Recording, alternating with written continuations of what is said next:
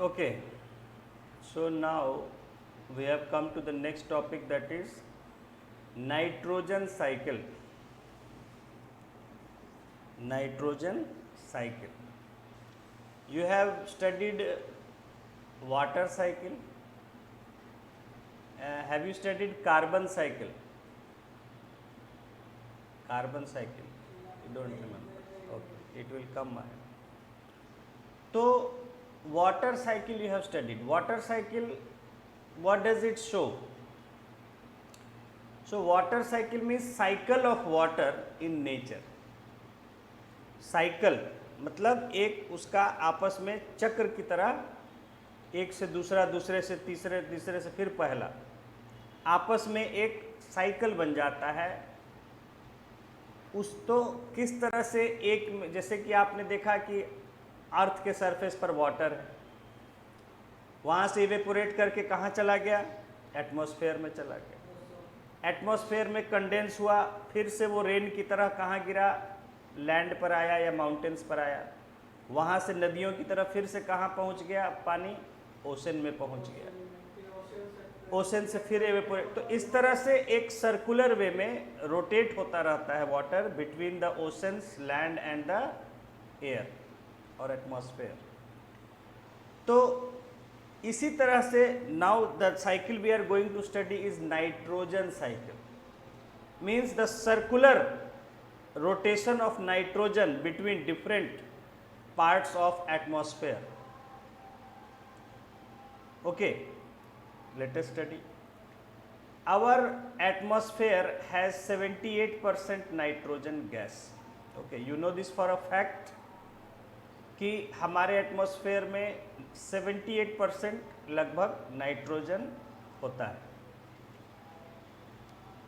Nitrogen is one of the essential constituents of all living organisms, such as part of proteins, chlorophyll, nucleic acids and vitamins. Nitrogen जो है एक ज़रूरी element है, भाग है, constituent है, यानी हिस्सा है ऑफ ऑल लिविंग और सभी जीवित प्राणियों का। किस रूप में? प्रोटीन्स। आपको बताए थे कार्बोहाइड्रेट क्या होता है? कार्बन और हाइड्रोजन। प्रोटीन्स में अलग से क्या एक एलिमेंट आ जाता है? नाइट्रोजन। तभी प्रोटीन बन सकता है। बिना नाइट्रोजन के प्रोटीन नहीं बन सकता है। क्लोरोफिल, क्लोरोफिल में भी नाइट्रोजन होता है, तभी बन सकता है क्लोरोफिल।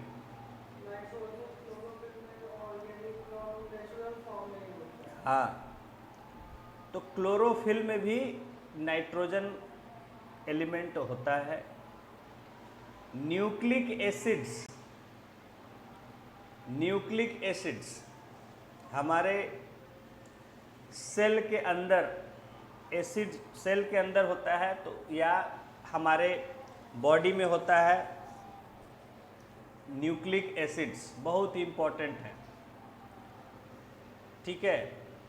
जो जीन्स होते हैं हमारे, जैसे डीएनए, आरएनए बोलते हैं, तो ये सब क्या है? Ribo nucleic acid, deoxy nucleic acid, यानी न्यूक्लिक एसिड जो है हमारे जीन्स के अंदर होते हैं। जो आप जानते हैं पूरा जेनेटिक इंजीनियरिंग एक पूरा ब्रांच है साइंस टेक्नोलॉजी। तो न्यूक्लिक एसिड भी जो हैं उनमें नाइट्रोजन हो, बिना नाइट्रोजन के नहीं बन सकते हैं। और विटामिन्स, विटामिन्स जो हैं ये भी नाइट्रोजन के कारण ही विटामिन्स बनते हैं, ठीक है। तो आपने जब कंपोनेंट्स ऑफ फूड पढ़ा था, खाने में क्या क्या चीज़ें होती है, सबसे बेसिक आपने पढ़ा कार्बोहाइड्रेट और फैट, और इनमें क्या होता है? कार्बन हाइड्रोजन होता है बेसिक, ठीक है। कार्बन हाइड्रोजन के अलावा ऑक्सीजन वगैरह हो सकता है, जो भी है। तो उसके बाद आपने पढ़ा प्रोटीन्स, विटामिन्स। तो प्रोटीन्स कैसे बनता है? कार्बोहाइड्रेट के साथ जब नाइट्रोजन आ जाता है तो प्रोटीन बनता है। यानी सोचिए कि नाइट्रोजन हमारे लिए भी कितना ज़रूरी है। क्या प्रोटीन के बिना हम जी सकते हैं? नहीं जी सकते। क्या विटामिन्स के बिना हम जी सकते हैं? नहीं जी सकते। तो जिस तरह से प्लांट्स के लिए नाइट्रोजन ज़रूरी है, उसी तरह हमारे लिए भी नाइट्रोजन ज़रूरी है। समझ में आ रहा है नाइट्रोजन का इम्पोर्टेंस? और इसमें एक और आपको दे दिया न्यूक्लिक एसिड। न्यूक्लिक एसिड्स में भी नाइट्रोजन होता है।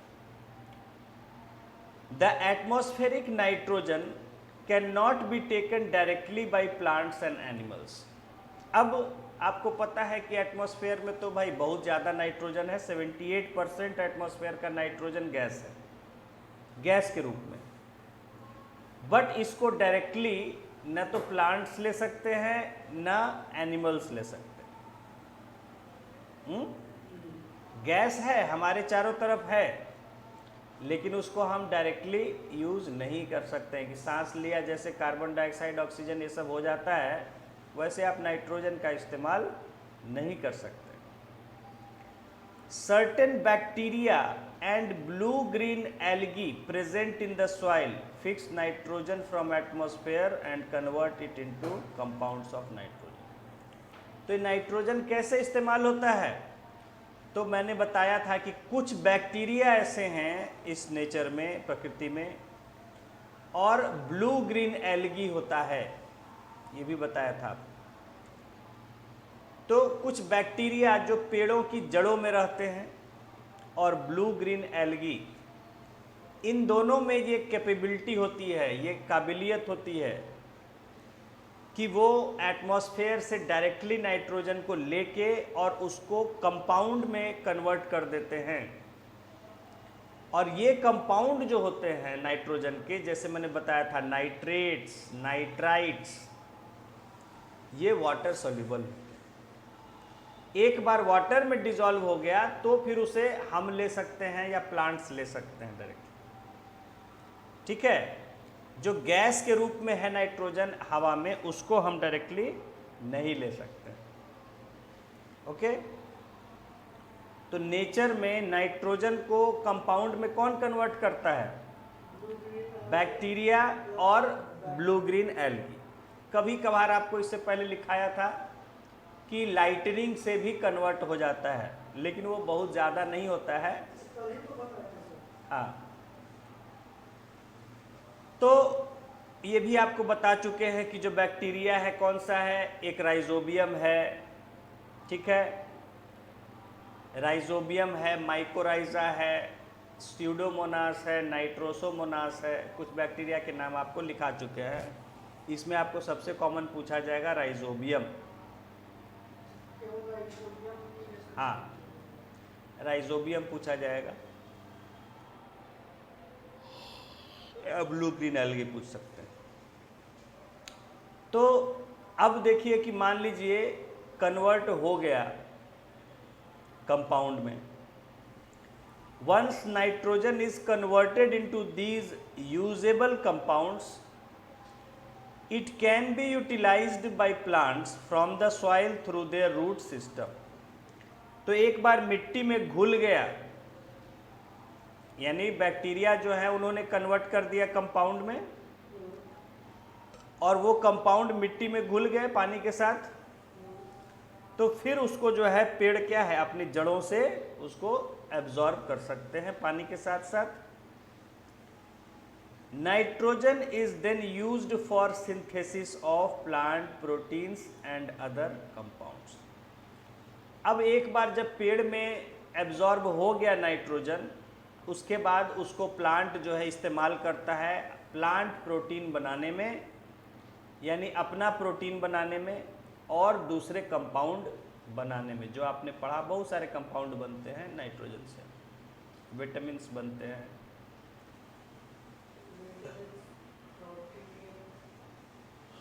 ठीक है, तो प्लांट में पहुंच गया। पहले क्या है, एयर से मिट्टी में किसने कर दिया? Nitrogen fixing bacteria and blue green algae. इन्होंने क्या किया, एयर से मिट्टी में डाल दिया उसको कंपाउंड के रूप में। मिट्टी में, हाँ, मिट्टी में घुल गया पानी के साथ, तो रूट से प्लांट्स ने उसको खींच लिया पानी के साथ साथ, प्लांट्स में आ गया, तो प्लांट्स ने उसका इस्तेमाल किस लिए किया? प्लांट प्रोटीन बनाने में और दूसरे कंपाउंड बनाने में। ठीक है। Animals feeding on plants get these proteins and other nitrogen compounds.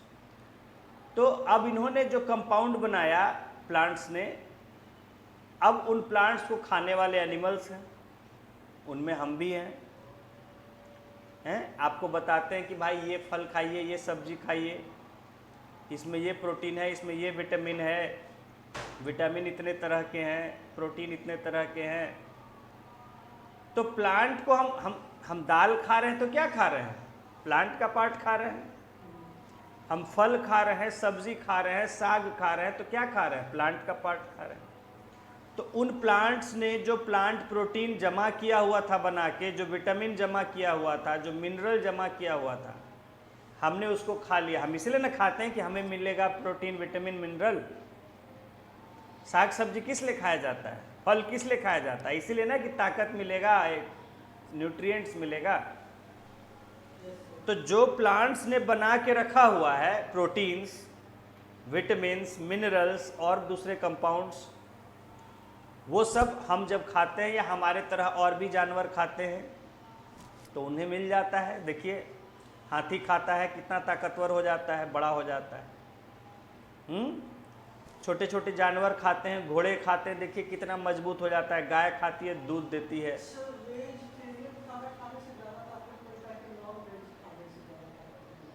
ऐसा कोई ये नहीं है ज़्यादा ताकत की बात।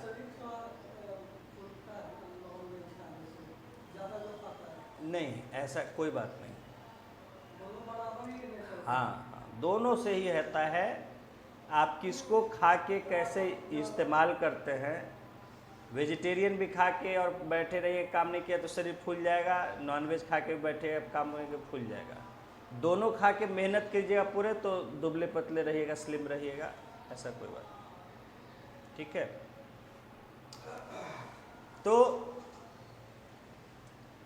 एनिमल्स में आपको बताया, जब भी एनिमल्स आएगा तो ह्यूमंस उसी में आते हैं। एनिमल्स में या तो प्लांट्स हैं या एनिमल्स हैं। तो जो एनिमल्स प्लांट्स को खाते हैं तो उनका सारा प्रोटीन, विटामिन, मिनरल सब किसको मिल जाता है? एनिमल्स को मिल जाता है। When plants and animals die, अब देखिए, अब हमने खा लिया, तंदुरुस्त हो गए, हम सब जवान हो गए, जानवर सब जवान होके दम पुष्ट हो गए, खा पी के, घोड़े, शेर, हाथी, जितने भी हैं, बकरी, हिरन, ऊंट, खरगोश, जितने तरह के जानवर हैं और जितने हम लोग हैं, खा पी के पेड़ पौधों को दम हिस्ट पुष्ट हो गए, न्यूट्रिशस हो गए, हेल्दी हो गए। तो हम लोग का शरीर जो दिखता है क्या है? सारा चीज़, पेट लटक रहा है, चर्बी, फैट, बॉडी मस्क्यूलर है तो प्रोटीन, एनर्जी है खूब काम करने के लिए तो मतलब कार्बोहाइड्रेट अच्छा खासा है बॉडी में, शरीर सब ठीक से काम कर रहा है, आँख, कान, नाक, स्किन अच्छी है, सब चीज़ अच्छा है, बाल बाल ठीक है तो विटामिन्स सब ठीक है बॉडी में, मिनरल्स ठीक है बॉडी में। ठीक है।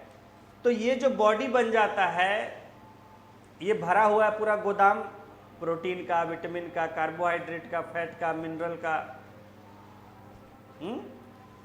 अब क्या होता है? When plants and animals die, जब इन सब की मृत्यु होती है, मरते हैं ये, चाहे प्लांट्स एक बड़ा 50 साल का पेड़ हो गया एकदम विशाल, उसका भी क्या है शरीर, उसके भी शरीर में यही है, कार्बोहाइड्रेट है, प्रोटीन है, मिनरल, विटामिन सब है।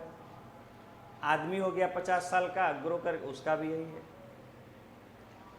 जब ये मरते हैं तो क्या होता है? Bacteria and fungi present in the soil convert the nitrogenous waste into nitrogenous compound to be used. तो जब हम मरते हैं या पेड़ पौधे या जानवर मरते हैं तो क्या होता है? लाश जो है, डेड बॉडी, मान लीजिए नेचर में ऐसे ही छोड़ दिया गया तो क्या होता है? उसको वो सड़ना लगता है। अब डिस्पोज करने का तरीका अलग अलग है। आदमी लोग का क्या है, किसी को दफना दिया जाता है, किसी को जला दिया जाता है, ठीक है, किसी को ऐसे ही कहीं जो भी कर दिए, बहुत तरीके हैं। तो चाहे जो भी तरीका हो, ठीक है, चाहे जो भी तरीका हो, क्या होता है कि ये फिर नेचर में मिल जाता है। तो अगर ऐसे ही छोड़ दिया गया किसी चीज़, जैसे कि पेड़ पौधा है टूट के गिर गया, जानवर है मर जाता है, ऐसे ही कहीं है, आदमी भी बहुत सारे ऐसे ही हैं लावारिस, तो उनके बॉडी को क्या है, आपने पढ़ा कि बैक्टीरिया फंजाई ये सब डिकम्पोज सड़ाते हैं और फिर से क्या करते हैं, सिंपल कंपाउंड्स में तोड़ देते हैं, और ये सब मिट्टी में या एयर में गैस के रूप में निकल के सब, या लिक्विड के रूप में पानी में, जहाँ भी है, हाँ, फिर से वो डिकम्पोज हो जाता है और नेचर में अपना अपना जगह मिल जाता है। ठीक है, तो यहाँ चूंकि हम अभी सिर्फ नाइट्रोजन की बात कर रहे हैं, तो bacteria and fungi present in the soil, मिट्टी में जो बैक्टीरिया फंजाई होता है वो क्या करता है, जो हमारे शरीर या पौधों के शरीर का जो नाइट्रोजनस वेस्ट, नाइट्रोजन के जो कंपाउंड होते हैं उनको तोड़ के फिर से सिंपल कंपाउंड में कन्वर्ट कर देता है, जो कि फिर से मिट्टी में घुल जाते हैं और उसको प्लांट्स फिर से इस्तेमाल करते हैं। ठीक है, तो इस तरह से क्या देखा कि पहले, हाँ, देखिए एयर में जो था नाइट्रोजन, उससे किस में गया, सॉइल में गया, सॉइल से किस में गया, प्लांट्स में गया, हैं, प्लांट से किस में गया, एनिमल्स में गया,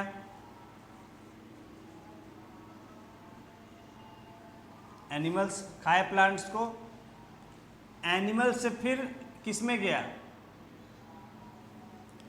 एनिमल्स से फिर एनिमल्स मरे तो किस में गया, सॉइल में, सॉइल से फिर किस में गया,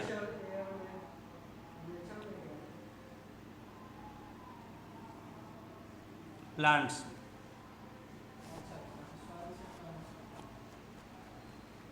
समझ गए? तो इस तरह से आपने जो डायग्राम बनाया, अभी सिंपल एक मैंने बनाया दिखाने के लिए कि सॉइल से आया प्लांट्स में, प्लांट से गया एनिमल्स से, एनिमल्स फिर से गया सॉइल में, फिर से सॉइल से गया plants, animals, soil, soil, plants, animals, soil. एक साइकिल तो ये आपको दिख रहा है नाइट्रोजन का, मिट्टी से पेड़, पेड़ से जानवर, जानवर से फिर मिट्टी, मर के सड़ के, फिर मिट्टी से पेड़, पेड़ से जानवर, जानवर से फिर मिट्टी। एक साइकिल तो ये नाइट्रोजन का आप देख सकते हैं। यही यहाँ कहा जा रहा है कि when plants and animals die, जब मरते हैं प्लांट्स और एनिमल्स तो क्या होता है, bacteria and fungi present in the soil convert the nitrogenous, nitrogen का जो वेस्ट होता है, जो शरीर में था वो सब तो वेस्ट हो गया ना,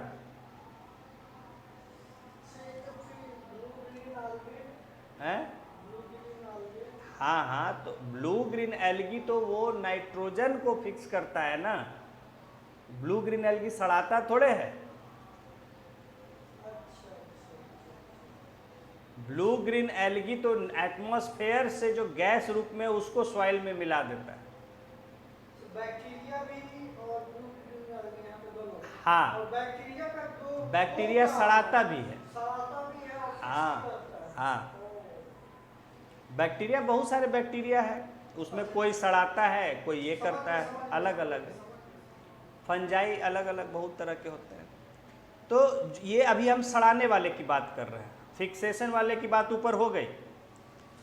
तो ये जो डिकम्पोजर्स आपने लिखा था पीछे, जो डिकम्पोज करते हैं वो क्या करते हैं, नाइट्रोजनस जो, क्योंकि हमारे बॉडी में या एनिमल्स हैं या प्लांट्स हैं, उनके बॉडी में कॉम्प्लेक्स रूप में, बहुत कॉम्प्लेक्स जटिल कंपाउंड होते हैं बहुत सारे, उनको ये क्या करते हैं, बैक्टीरिया फंजाई सिंपल कंपाउंड्स में तोड़ देते हैं। समझ गए? तो धीरे धीरे गल के शरीर जो है पेड़ का, पौधे का, जानवर का हमारा मिट्टी में बिल्कुल मिल जाता है, पता भी नहीं चलता अलग से कि यहाँ कुछ था। समझ गए? Certain other bacteria convert some part of them to nitrogen gas which goes back into atmosphere. अब देखिए इसमें से कुछ जो बैक्टीरिया हैं वो क्या करते हैं, उसको सड़ा के गैस के रूप में वापस एयर में भेज देते हैं। देखिए यार, यहां से मैंने बताया कि एक तो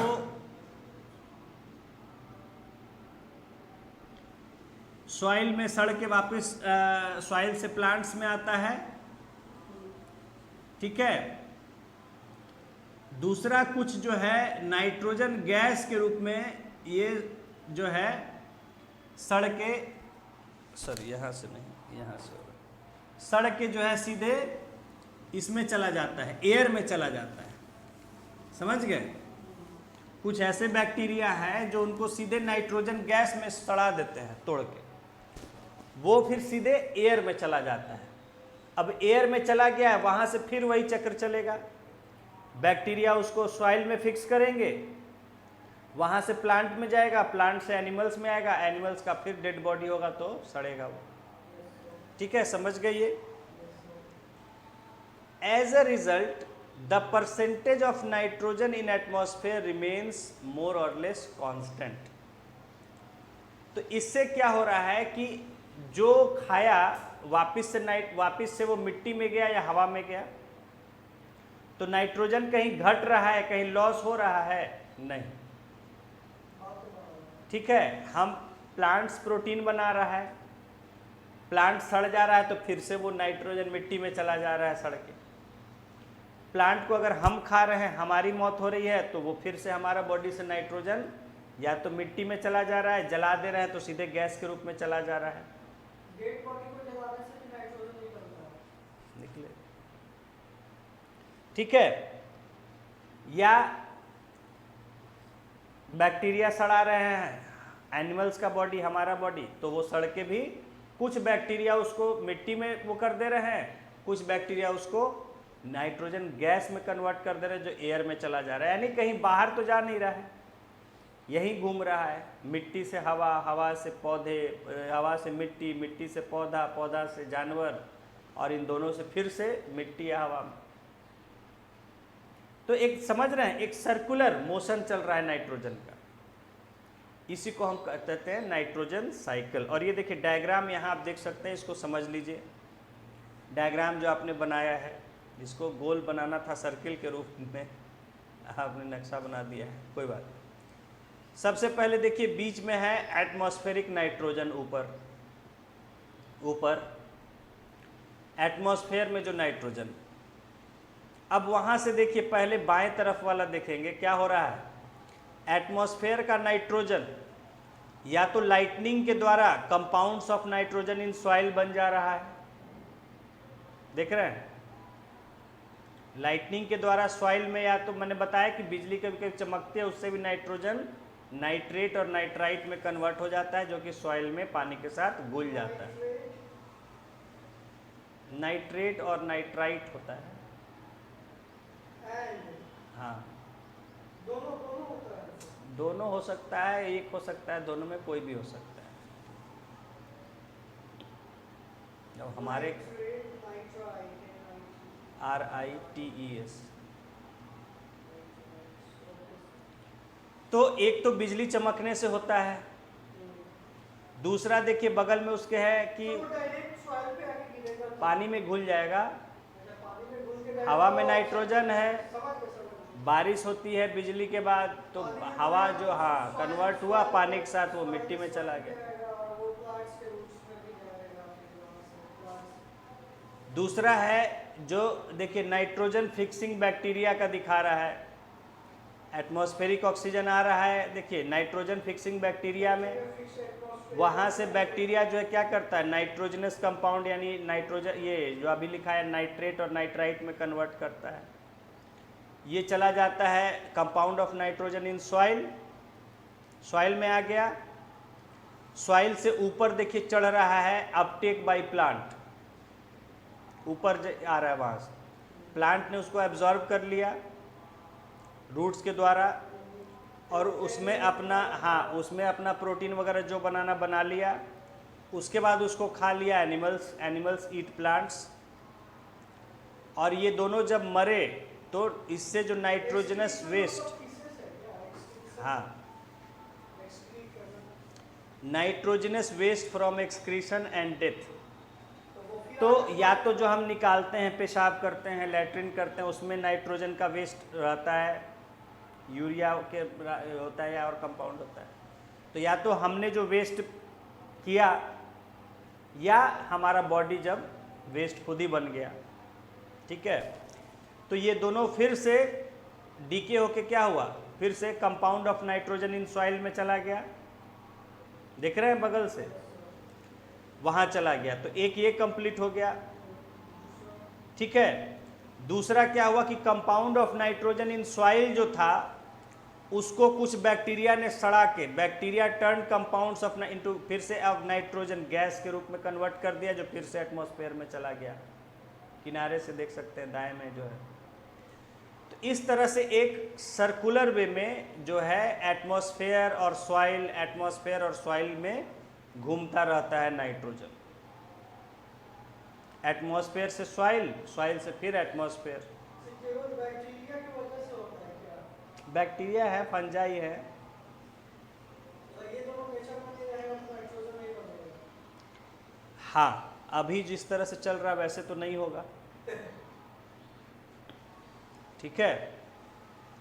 तो ये जो नेचर में नाइट्रोजन का एक से दूसरे में मूवमेंट होता रहता है, एटमॉस्फेयर से सॉइल, सॉइल से प्लांट्स, प्लांट से एनिमल्स, इनसे फिर सॉइल, सॉइल से फिर प्लांट्स, या सॉइल से फिर एटमॉस्फेयर भी होता है, बैक्टीरिया सड़ा दिया तो गैस बना दिया। तो ये जो साइकिल है इसको हम कहते हैं नाइट्रोजन साइकिल। इस तरह से नाइट्रोजन कांस्टेंट बना रहता है, ठीक है, कांस्टेंट उसका बना रहता है, कहीं जाता नहीं है, इसी नेचर में है।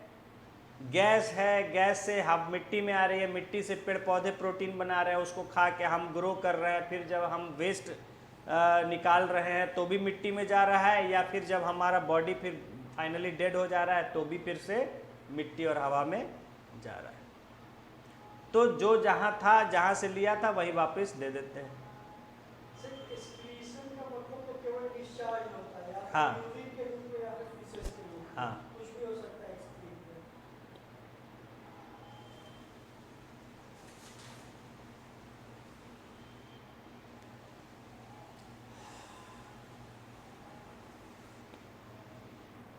ठीक है, तो नाइट्रोजन साइकिल समझ में आ गया।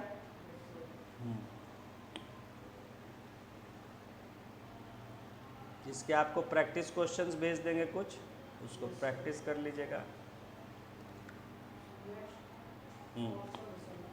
बता सर आपको कितना बच गया होगा सर? ज़्यादा तो नहीं बचना चाहिए। देखिए कितना बचा हो। ये बहुत बड़ा लेसन था लेकिन।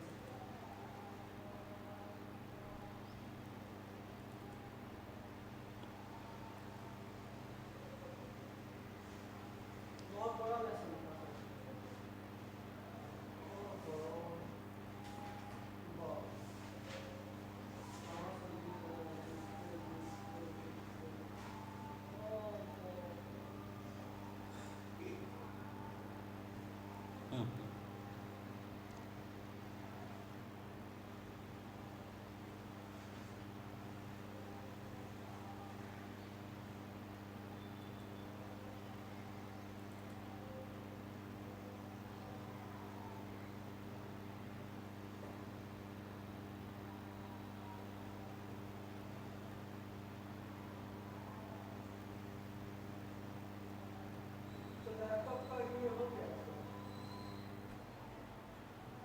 हमसे जितना हुआ कर दिए हैं, देख लीजिएगा। नहीं हो गया है, मतलब वही कह रहे हैं, हो गया है।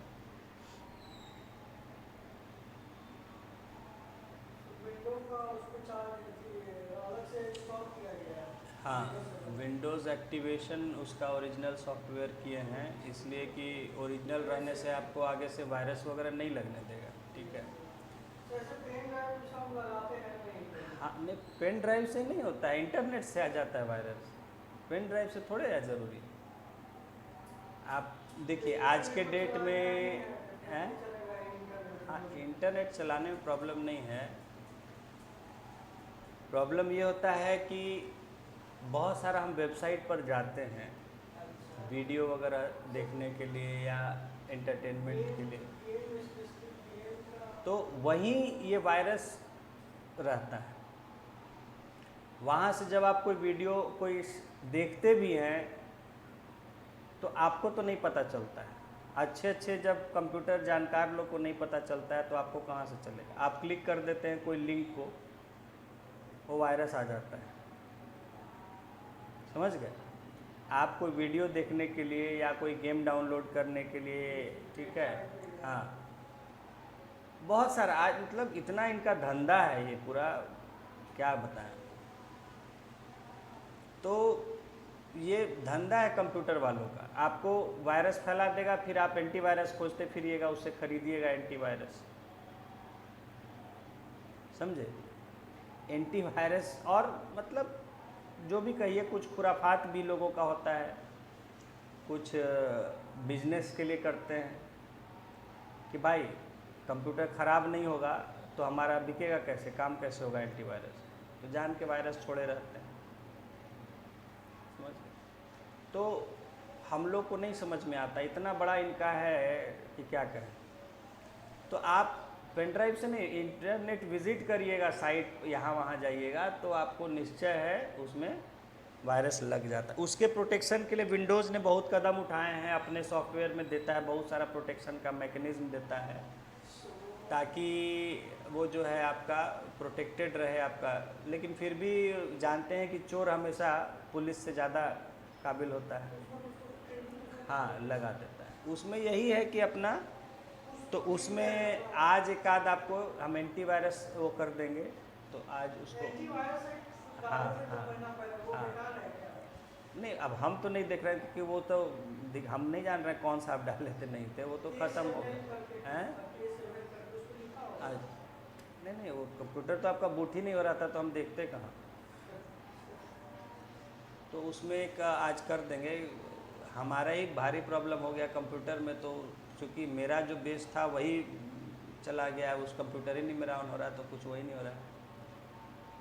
तो उसको कल विंडोज़ ये सब कर दिया था हमने, लेकिन आज उसको करके ले लीजिएगा, फिर एंटीवायरस आज एक कर देंगे। तो सर ये कौन सी चीज़ बोली थी कि देखने के लिए यहाँ पे खाली है ये वाला, बगल वाला एक खाली है, अच्छा, मतलब ये लिखा हुआ है, हाँ, तो जाके आप देख लेंगे, देख लीजिएगा, देख लीजिएगा। यही वाला है बगल समझ गए। हाँ, जान रहे हैं हमको, हल रहता है इनके यहाँ, तो देख लीजिएगा अपना रिक्वायरमेंट के हिसाब से है तो उसको देख लीजिएगा। ठीक रहेगा, पास में रहेगा तो अच्छा ही रहेगा, सुविधा हो जाएगा बच्चे को भी पढ़ने में। और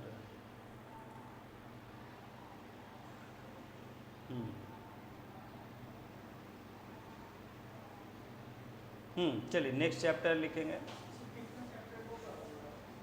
अभी हैं कुछ चैप्टर, अरे बहुत, अभी क्यों परेशान हो रहा है। बायोलॉजी बहुत है, बायोलॉजी बहुत है, कम क्यों समझते हैं किसी सब्जेक्ट। और अभी आप देखिए, आप मेन बात नहीं समझ रहे हैं कि पहले बीपीएससी इतना घुस के नहीं पूछता था, सिंपल चीज़ें पूछता था। अब आपको इतना पूछ रहा है कि आपको सब पढ़ना पड़ेगा, कोई चीज़ छोड़ नहीं सकते हैं। दिक्कत की बात ये है।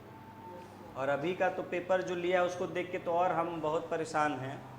इतना ऐसा पूछ दिया है कि मतलब हमें भी उसमें डायरेक्टली आंसर कहना बड़ा मुश्किल है, क्योंकि वो अब इतना हम लोग इन डेप्थ में अब नहीं डील करते हैं, क्योंकि अब ठीक है, अब जितना रहता है बीपीएससी के हिसाब से, आईएएस का भी अभी छोड़ा हुआ है, आईएएस में ज़्यादा डेप्थ रहता है। तो उसमें जो है बिना उसको, जब तक अभी आप उससे करंटली टच में नहीं हैं, उसको आंसर कर पाना मुश्किल है। और ख़ास करके जो सेकेंडरी और हायर सेकेंडरी वाला क्वेश्चंस का जो लेवल है तो वो मतलब गेट से भी हाई लेवल का है, गेट से भी हाई लेवल का क्वेश्चन है। तो आपको क्या लगता है इतना आसान है क्वेश्चन कर पाना? हम तो देखे तो हम बोले कि भाई कितने बच्चे हैं बिहार में जो बना पाएंगे? बहुत कम, बहुत कम। और जो उस लेवल का है वो खाली नहीं है, कहीं ना कहीं जॉब में कर रहा है, कहीं जो उतना टैलेंटेड क्वालिफाइड होगा तो वो ऑलरेडी कहीं बीपीएससी में होगा, आईएएस में होगा, या और बहुत सारे सर्विस हैं उन सब में कहीं होगा, या जॉब में होगा। ठीक है, तो जिस लेवल का आप क्वालिफिकेशन खैर उनका भी इंटरव्यू आया था कल, अतुल प्रसाद जी का, तो उन्होंने कहा है कि देखिए भाई जिस सब्जेक्ट में भीड़ ज़्यादा है तो उसमें पेपर इसीलिए टफ बनाया गया ताकि हमें, क्योंकि हमें कम बच्चों को लेना है ना, उतना वैकेंसी नहीं है तो जितना होगा उतना ही ना लेंगे। तो अब इजी क्वेश्चन देंगे तो सभी पास कर जाएंगे, तो फिर हम कैसे छाटेंगे? सीधी बात। तो बोले कि ज़्यादातर जो सब्जेक्ट हैं उसमें तो कैंडिडेट बहुत कम है, तो उसमें तो मान लीजिए कि जो पास हो गया उसका सिलेक्शन हो जाएगा, पास तो होना पड़ेगा ना। अब मान लीजिए आप ओएमआर सीट में गलत रोल नंबर भर दिए तो आप तो डिस्क्वालीफाई हो गए, भले आप बहुत अच्छा सॉल्व किए थे लेकिन ओएमआर में अपना रोल नंबर भरने में, सीरीज़ भरने में गलती कर दिए तो फिर तो आप डिस्क्वालीफाई हो गए, पेपर आपका गलत चेक हो गया, आपका रोल नंबर ही नहीं पाया गया सही है जो भी कारण से। तो जो पास हो गए यानी कि डिस्क्वालीफाई नहीं हुए तो उनका तो सिलेक्शन हो जाएगा, क्योंकि उनमें वैकेंसी बहुत है, लड़के उतने ज़्यादा नहीं है पेयर। लेकिन 6-7 सब्जेक्ट ऐसे हैं जिनमें कैंडिडेट बहुत ज़्यादा, तो वहाँ तो कंपटीशन रहेगा हाई, में कट ऑफ जाएगा हाई। तो ये कल वो उनका इंटरव्यू आ रहा था, या ट्वीट भी उन्होंने किया था। पहले ट्वीट नहीं बच्चों को समझ में आया, दिक्कत यही है यहाँ बच्चे समझ नहीं पाते हैं, तो ट्वीट उन्होंने पहले करके लिखा था। जब ट्वीट से नहीं बच्चों को क्लियर हुआ तब उन्होंने फिर इंटरव्यू दिया, चैनल को इंटरव्यू के माध्यम से अच्छे से हिंदी में समझाया। तो ये है कि कंपटीशन सीटें, अभी देखिए इसी बार लोग कह रहे थे कि सर एसडीओ का सीट नहीं दिया, एसडीएम का सीट नहीं दिया है। ठीक है, इस बार जो अभी आया है बीपीएससी का नहीं है, एसडीएम का नहीं है इसमें, और कुछ कुछ पोस्ट अभी ऐड किया है डीएसपी में भी, मतलब टेक्निकल में है ज़्यादा, पुलिस के टेक्निकल में जो है। तो अब क्या है सरकार का वो तो हम लोग नहीं कर सकते हैं, जो है जो भी करता है। ठीक है, लेकिन हाँ क्वेश्चंस का देखिए कंपटीशन तो है, नौकरी तो फिर भी चाहिए जिसको चाहिए, जो चाहिए, तो कंपटीशन है और इसलिए आपको छोड़ नहीं सकते हैं। बहुत टफ हो गया है कंपटीशन, बीपीएससी का जो हम अब देख रहे हैं रवैया तो बड़ा टफ हो रहा है, और सही तरीके से मेरिट पर लेने की कोशिश हो, ये इसीलिए किया जा रहा है कि पहले क्या होता था, आसान सवाल रहता था, सभी पास हो जाते थे, उसमें क्या जुगाड़ लग जाता था। आपको जुगाड़ लगाने के लिए, पैरवी लगाने के लिए, या घूस से जैसे भी कराने के लिए पास होना जरूरी है ना। आप बिना पीटी पास हुए ये नहीं है कि आप घूस कर लीजिए, हाँ ठीक है, तो पीटी पास करना पड़ेगा कम से कम।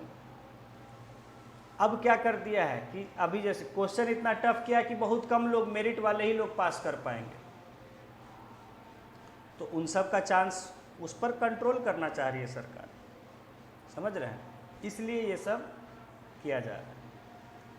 तो नेचुरल है कि आपको मेहनत करना पड़ेगा, पढ़ना पड़ेगा, और बहुत है, आपको पता नहीं कि सिलेबस में कितना है, बहुत है।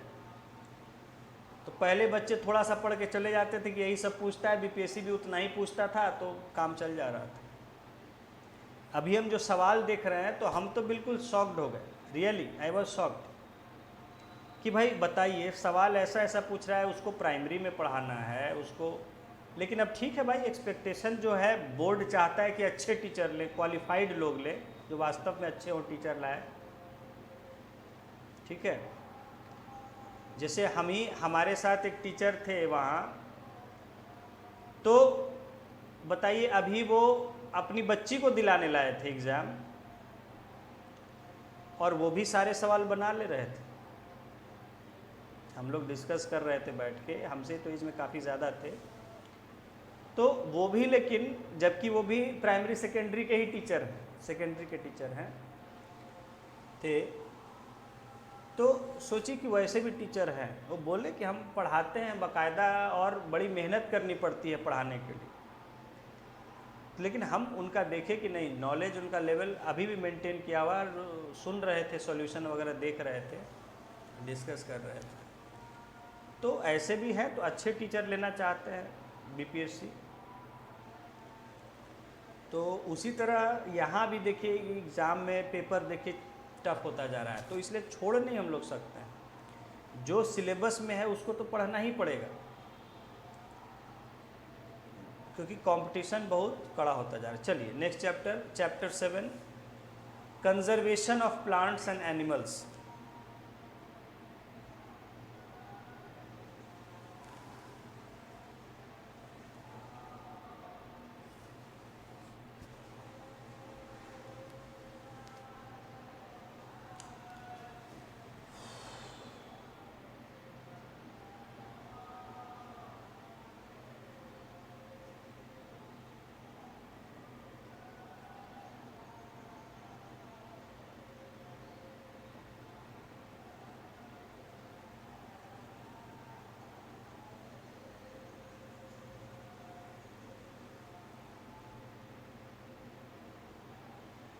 इसलिए अभी ध्यान बिल्कुल लगा के मन से पढ़िए और टाइम का अपना इस्तेमाल कीजिए। टाइम मैंने हमेशा कहा है, कोशिश कीजिए कम से कम इधर उधर वेस्ट करने का। अभी आपको कैरियर पर फोकस करना है, कैरियर पर समय दीजिए, पढ़ाई पर समय दीजिए, ठीक है। हाँ, समझ समझ के पढ़िए और क्वेश्चंस प्रैक्टिस करते रहिए। कंपटीशन बहुत तेज़ी से बढ़ता जा रहा है। Okay, now this chapter we are going to study conservation of plants and animals. What are the different measures taken by government or different people to conserve plants and animals? पौधों, पेड़ पौधों को, जानवरों को कैसे उनकी रक्षा की जाए, क्योंकि हम क्या कर रहे हैं, डायरेक्टली या इनडायरेक्टली बहुत ऐसे काम कर रहे हैं जिससे पेड़ पौधे जानवर खत्म होते जा रहे हैं, मर रहे हैं। या तो डायरेक्टली काट रहे हैं, मार रहे हैं, या इनडायरेक्टली। जैसे देखिए बहुत सारी दवाएं हैं जो जानवरों के बॉडी पार्ट से बनती हैं। अब अगर आप उन दवाओं का इस्तेमाल कर रहे हैं, और दवा तो छोड़िए बात की चीज़ है, पहले क्या है, पहले फर का खूब शौक रहता था लोगों को, फर के कपड़े पहनने का, ओरिजिनल फर या लेदर के कपड़े। इन सब कैसे बनते थे, जानवरों को मार के, जानवरों को मार के उसका फर निकाल लिया, उससे बना दिया महिलाओं के लिए, लेडीज़ के लिए, ठीक है। लेदर के कपड़े, पर्स, बहुत सारी चीज़ें बनते हैं चमड़े की। कहाँ से आता है, डेड बॉडी के एनिमल, डेड बॉडी के स्किन से आता है, और उसके लिए जो है आपको मारा जाता है जानवरों को। इसके वजह से क्या किया गया, समाज ने, समाज के लोगों ने ये आपस में इस बात को फैलाया, प्रचार किया कि भाई देखिए जानवरों को हमें नहीं मारना, जानवर हमारे लिए बड़े ज़रूरी हैं। पहले क्या है, लोग समझते थे कि जानवर तो बस ऐसे ही हैं, बेकार घूम रहे हैं जंगल में, इनसे हमें जो फ़ायदा उठा लेना है, इनको मार दो, इनको काम करा लो, ठीक है। जानवर को बेतहाशा मारते थे। देखिए जहाँ जंगल है वहाँ लोग शिकार करने सोचते भी नहीं है, मार दिया, बिना कारण भी मार देता है मज़े के लिए। तो शिकार,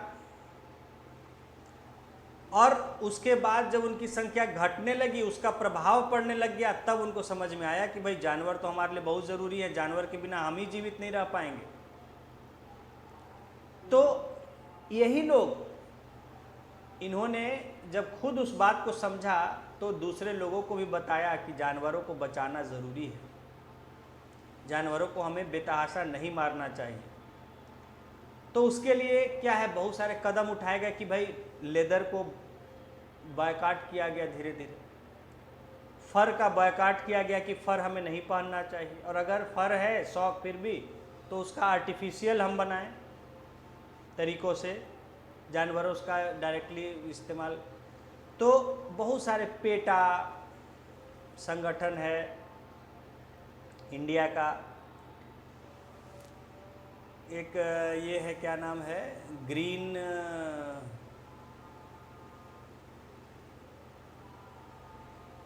ग्रीन क्या तो नाम से, अभी पूरा नाम ध्यान से उतर रहा है, एनजीओ है वर्ल्ड की, बहुत बड़ी।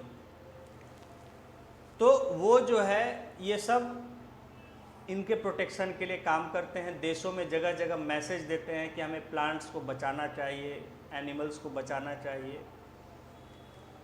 तो फिर सरकारों ने भी इस पर जब लोग सतर्क हुए तो सरकारों ने कानून बनाए, बहुत सारे कदम उठाए, बहुत जगह हंटिंग किलिंग बैन किया गया। प्लांट्स का कटिंग देखिए आज बैन हो चुका है इंडिया में।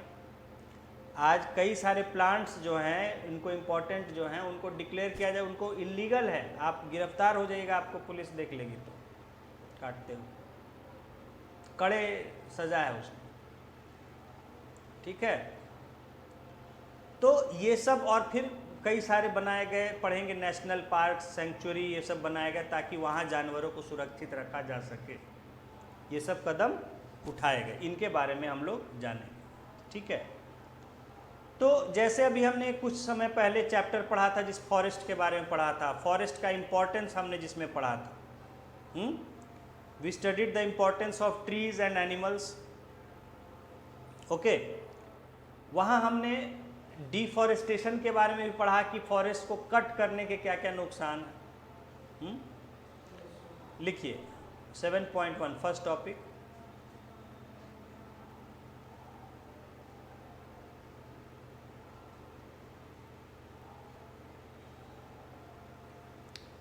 deforestation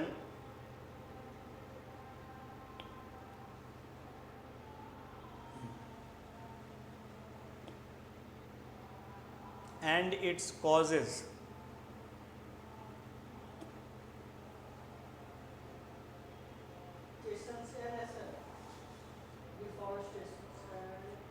And its causes.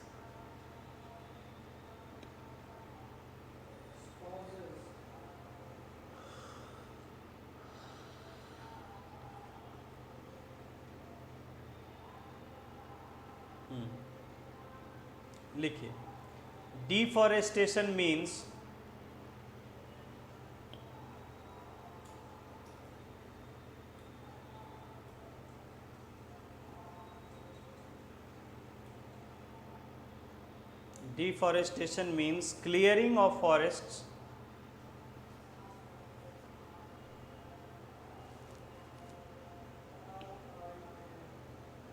clearing of forests and using that land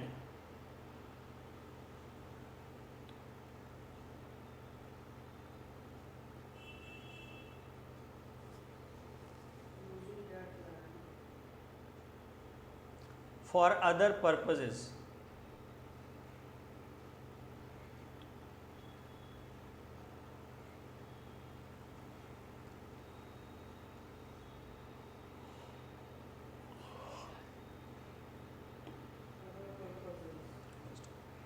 Trees in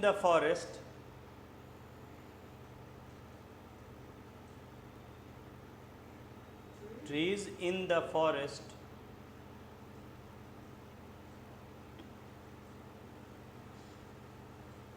are cut for some of the purposes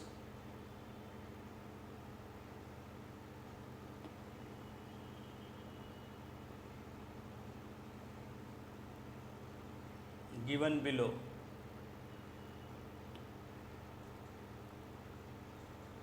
colon देके नीचे नंबर 1 पॉइंट, नंबर 1 खाली पॉइंट्स लिखिए। Procuring land for cultivation, procuring land for cultivation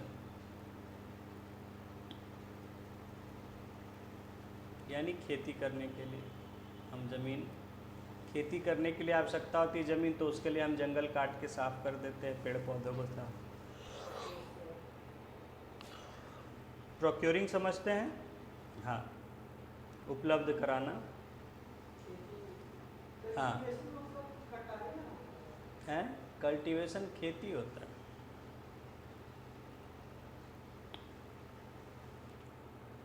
next point number 2, building houses and factories.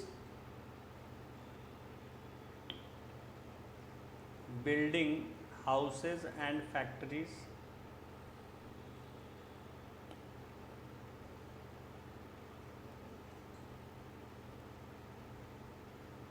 Number 3, making furniture.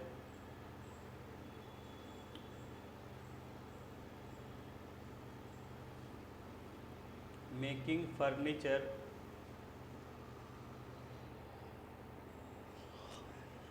और using wood as fuel.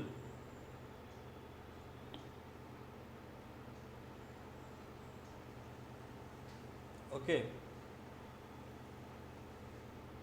इसमें एक line नीचे ऐसे ही अलग से लिख लीजिए,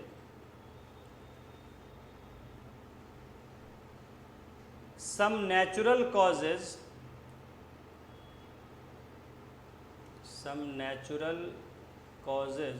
of deforestation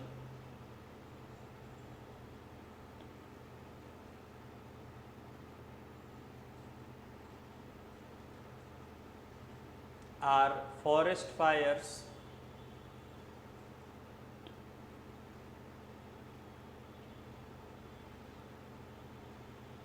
and severe droughts.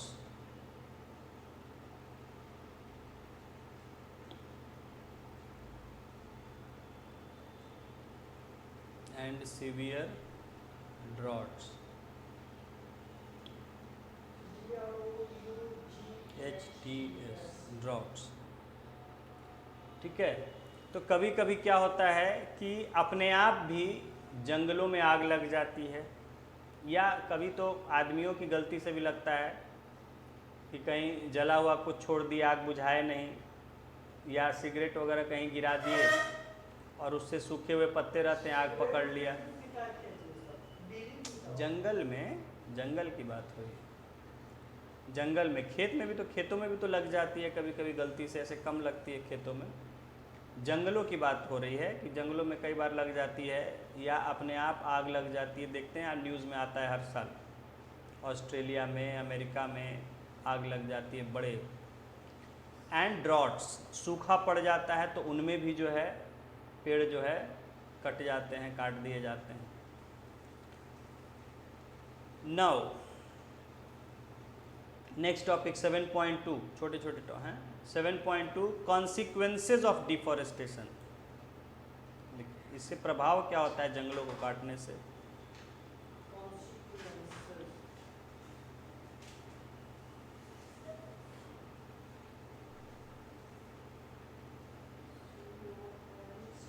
Seven 7.2 हो गया ये। CONSEQUE, sequences, CES, consequences of deforestation।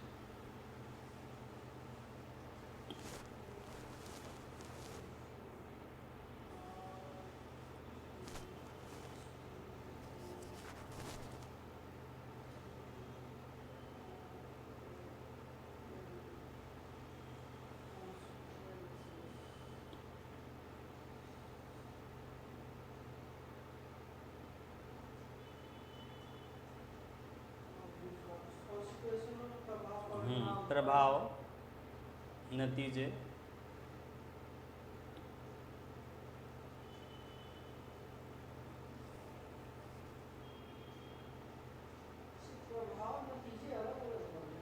एक ही वर्ड,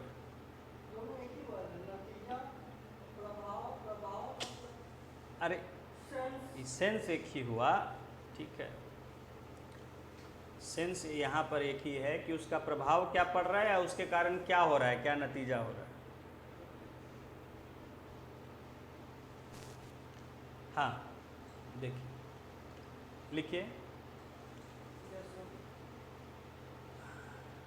पॉइंट्स में लिख लीजिए, या चलिए पैराग्राफ में लिख लीजिए। डिफॉरेस्टेशन पैरा में हाँ, deforestation increases the temperature, increases the temperature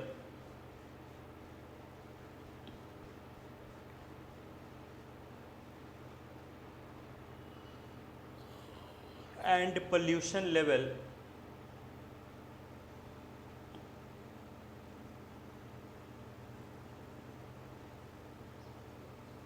on the earth.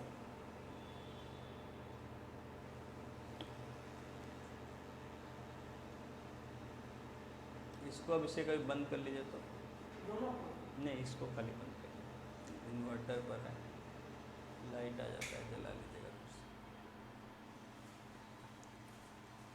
हाँ, on the earth on the earth, full stop, it increases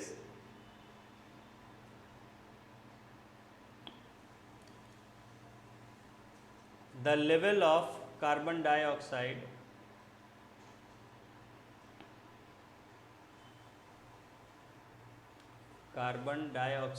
in the atmosphere.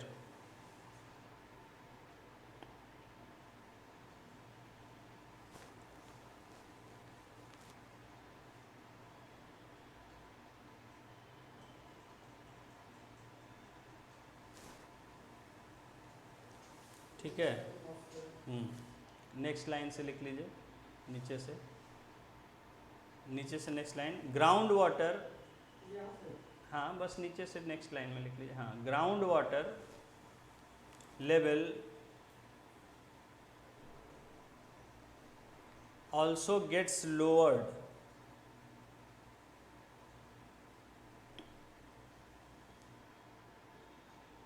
यानी नीचे चला जाता है पानी, लोअर्ड वहीं कर दी जाएगी, हाँ lowered, full stop. It disturbs the balance of nature, it disturbs, disturbs, disturbs the balance of nature,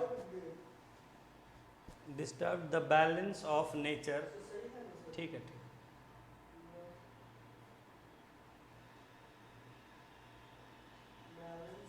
of nature, balance in nature,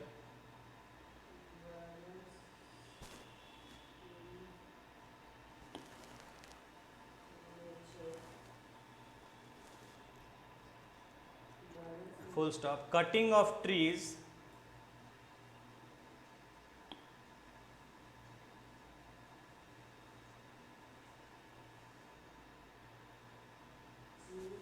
decreases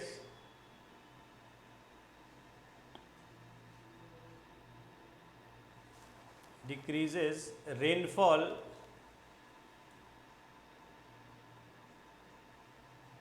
and fertility of soil.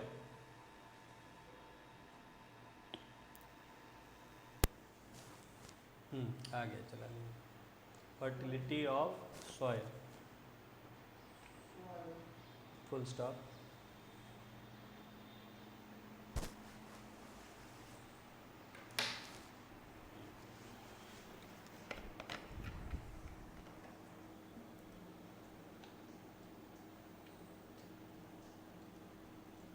चला लीजिए, चलाना है तो।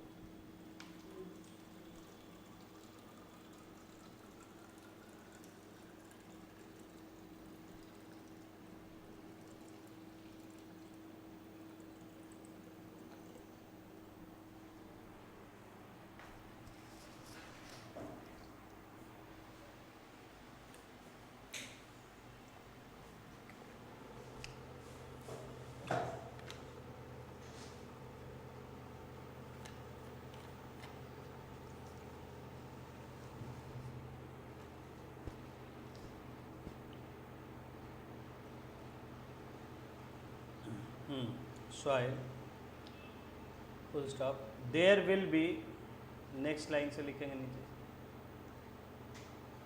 there will be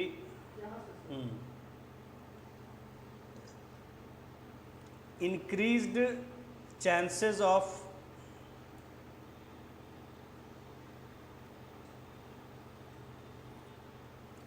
natural calamities,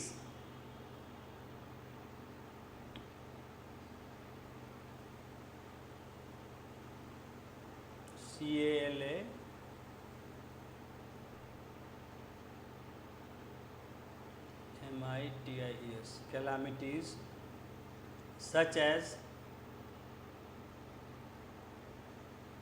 floods and droughts. Flood बाढ़, हाँ, floods and droughts. तो यहाँ पे सूखा, ड्रॉट मतलब यही ना सूखा, हाँ, बाढ़ भी हो सकता है या फिर सूखा भी आ सकता है। कैलामिटीज मतलब अनर्थ, कैलामिटीज मतलब आपदा विपत्ति। अनर्थ भी हो सकता है। हाँ, अनर्थ, लेकिन कैलामिटी जनरली बड़ी आपदा के लिए आजकल इस्तेमाल हम लोग करते हैं। कोई बड़ी घोर मुसीबत आ गई, जैसे सूखा पड़ गया, अकाल पड़ गया, बाढ़ आ गई, भूकंप आ गया, इनको हम कैलामिटी कहते हैं। बड़ी आपदा, हाँ,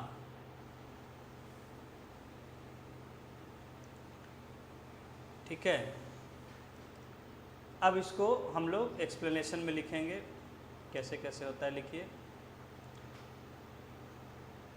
प्लांट्स नीड, नीचे से फ्रेश लाइन से लिखेंगे। हाँ, plants need carbon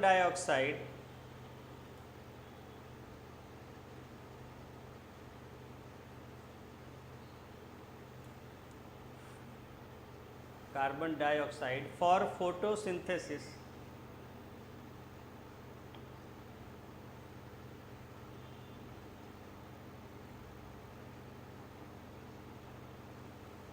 full stop. Fewer trees, fewer FEWER मतलब कम, EWER, फ्यू से फ्यूअर बना। Fewer trees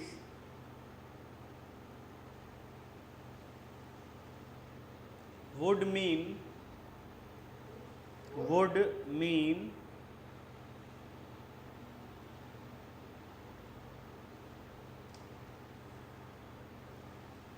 that less carbon dioxide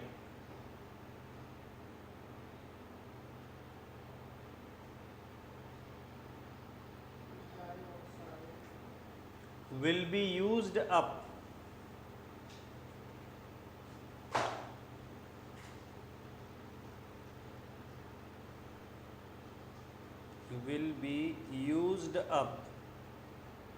resulting in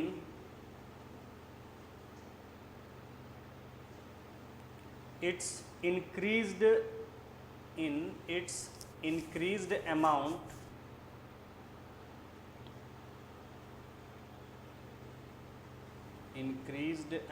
in the atmosphere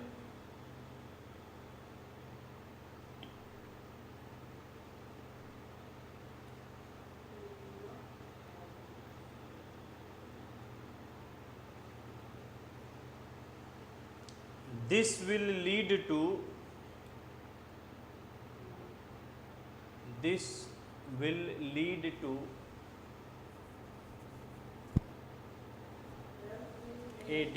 lead,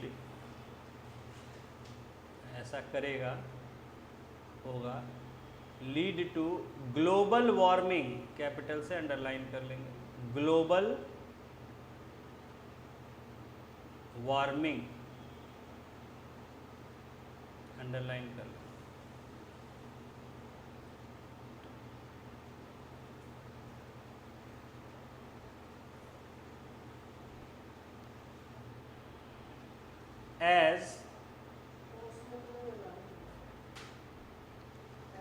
as carbon dioxide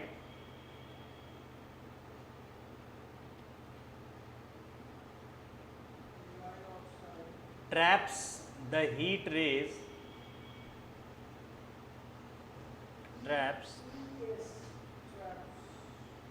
traps the heat rays reflected by the earth,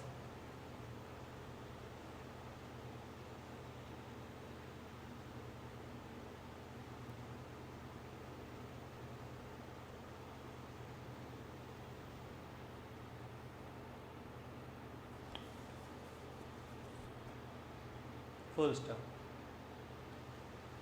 The increase in temperature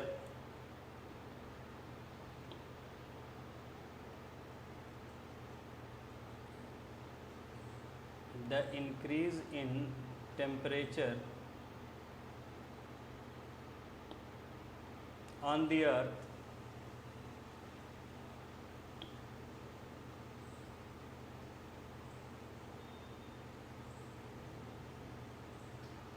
disturbs the water cycle.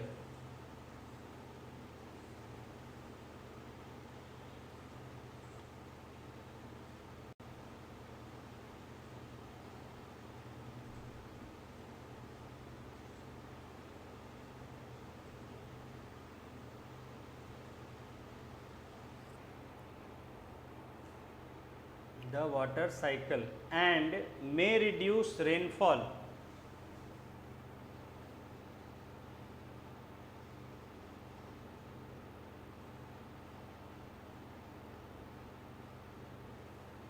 Full stop. This could cause droughts.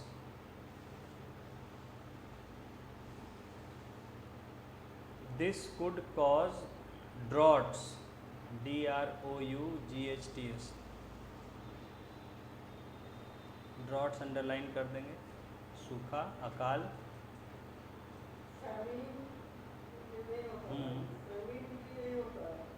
Famine इसका result हो जाता है. सूखा पड़ता है तो उससे अकाल हो जाता है, लोग मरने लगते हैं भूख से. ये सूखे की बात यहाँ कर रहे हैं. बारिश कम होगी, सूखा पड़ जाएगा. नेचुरल है, सूखा हो जाएगा तो अनाज उगेगा नहीं, अकाल पड़ जाएगा. ठीक है, तो यहाँ तक समझ गए. देखिए,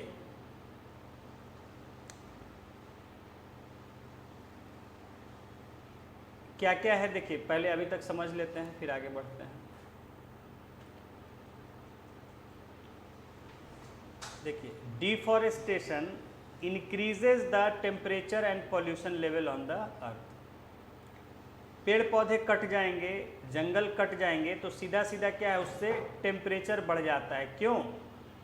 एक तो आपको पता है कि आपने पढ़ा था, पेड़ पौधे आसपास के माहौल को ठंडा करते हैं. वाटर वेपर्स छोड़ते हैं हवा में, उससे ठंडक हो जाती है. देखिए, पेड़ पौधों के आप हरे भरे जगह में जाते हैं, ठंड. आप यहाँ देखिए, पटना भी यहीं पर हैं. यहाँ से आप जैसे ही सचिवालय की तरफ मुड़ते हैं, चितकोहरा पुल से, जो आपको ठंडक महसूस होती है. ठंडक महसूस होती है इसलिए क्योंकि पेड़ पौधे बहुत हैं वहाँ पर. सड़कों के आसपास ढेर सारे पेड़ पौधे लगे हुए हैं. और कहीं आप उधर से आ रहे हैं शहर से, जैसे ही सचिवालय की तरफ मुड़ते हैं आपको दम लगता है कि गर्मी से आराम मिल गया. होता है, हम लोग आते जाते हैं अक्सर फील करते हैं. ठंड में यही क्या होता है, वहाँ पर ठंड ज़्यादा लगती है. ठंड में जो है, बाकी जगह तो ठंड बर्दाश्त भी होता है, जब उस जगह में घुसते हैं तो लगता है कि अब ठंड बर्दाश्त नहीं हो रहा, इतना ठंडा हो जाता है. कारण है पेड़ पौधे ठंडा करने का काम करते हैं. तो जब पेड़ पौधे आप काट देंगे, जंगलों काट देंगे तो क्या होगा, ठंडक वो कम हो, गर्मी वो बढ़ जाएगी, टेम्परेचर बढ़ जाएगा. इसलिए भी शहरों में ज़्यादा गर्मी होती है गांव की अपेक्षा. और गांव में क्या है कि आप अगर छांव में रहते हैं तो आपको अच्छा लगता है, गर्मी नहीं लगती. धूप में है तब तो गर्मी लगेगी, धूप तो धूप है भाई, चाहे शहर हो चाहे गाँव. लेकिन जैसे ही आप, अभी मैं गाँव गया हुआ था, अब गांव में भी फैशन चल पड़ा है एसी लगाने का, वो अलग बात. फैशन से लोग लगा रहे हैं.